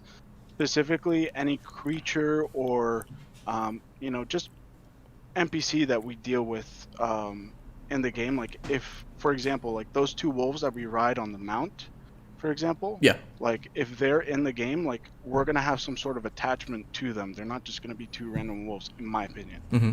So I was thinking, wouldn't it be crazy if the two wolves that ended up dragging Kratos to Scandinavia actually are these two wolves? But obviously Kratos and Atreus don't know that yet. Wait, the wolves that dragged them to Scandinavia? Right, and the ones that we ride on the mountain Midgard, Mhm. like, imagine those two wolves are the ones that ended up dragging him to Scandinavia. Because with the whole like time travel thing that we know for a fact, or at least 99% sure that is going to take place in the next game, like, Mhm. what if those two wolves end up being like, the wolves that? Well, I mean, I would have to disagree with you on that because the whole thing with the mystery woman with the wolves, it's kind of similar to the mural. It's like we don't know anything about this, but we know this is a pivotal thing. It's like these wolves have to be really important, and the three that match that description would have to be Fenrir, Skull, and Hati. I'm sure like it's the three main wolves, right? We still don't know who the mystery. Names, yeah, Specky and Becca, right? Specky, something like that. So we don't know the names of the one from the novel. I'll give you that. It's not confirmed yet. So it could be. But no, it can't be. No, no, because in the novel, when Kratos goes to Tyr's temple, he sees the wolf skull and Hati. He's like, they look familiar though. They seem like the ones who dragged me here. So no, and he's like, oh, they're much tall. They're much bigger now. Like they used to be small. So Specky and Beck are small. And there's a lot going in my head now. It's not them, man. I forgot about that, but I just thought it was interesting, because again, like, if time travel takes place, like it would make, like, to me it would make sense, like if we're riding these wolves and like they're named, like obviously like there's some sort of like relationship between Kratos, Atreus, and these two wolves that drag us around Midgard, like, and two women. Mhm. We definitely know about Angrboda. Yeah, or it could be we Faye. have no Yeah. idea if Yeah. it's Faye. Yeah. Those are the two women that come to mind for Yeah. me. And shoot, maybe it could even be Freya. I don't know if she survives Ragnarok and then comes back. Could be, man. Who knows? Could very well But be. anyways, just some fun speculation and. As always, man. Yeah. All that, Well, you have it, we're guys. just a bunch of nerds. Yeah, oh I yeah, love God of War. definitely. That was Mike Who as Derlin. And Derlin's his favorite character. Is it still your favorite character? Absolutely, dude. I mean, until the game comes out, I won't know, but I think this guy is going to be pivotal. Pivotal, Jesus. yeah, I got you. It's so good, man. All right, Kuba. All right, Thanks so thank you for much, stopping man. by, man. Take it easy, man. Later. All right, and I believe that does it for today. My head hurts from my headphones. How long have I been streaming? Oh my god. It hurts. It hurts. First of all, I want to get to the super chats. Was it today, I think? Yeah, it is today. I was Geocroft. Can't forget your tip. Have a good one, Kuba. Thank you so much, Geocroft, for your super chat, man. And Gun Hunter. Wrong. Life is easy for people who were born wealthy. It kind of is, to be honest. It kind of is. Let's not kid each other. But thank you for the super chat, man. It was fun, you guys. I guess I'll read the chat for... Oh my god, look at the chat going. That is fast, man. Let's have Hedge and me see who can do the better Zeus. All right, Martyr wants to see... Okay, Martyr wants to do a Zeus voice. Let's see. Let's try him. Martyr, jump in, man. And you know what, Hedge, you can come in as well. We're gonna have a Zeus off. That sounds weird, man. All right, hold on, Martyr. Hold on. Let's wait until Hedge comes in. Oh boy, this is gonna be interesting. Okay, Martyr. I'm scared. Martyr, you go first, man. Alrighty. You will never be the ruler of Olympus. The cycle ends here. All right, Hedgehog, do it again. Let's let the. I'm not gonna say who's better. Are you crazy? I'm gonna let the people decide. Okay, Hedge, take it away, man.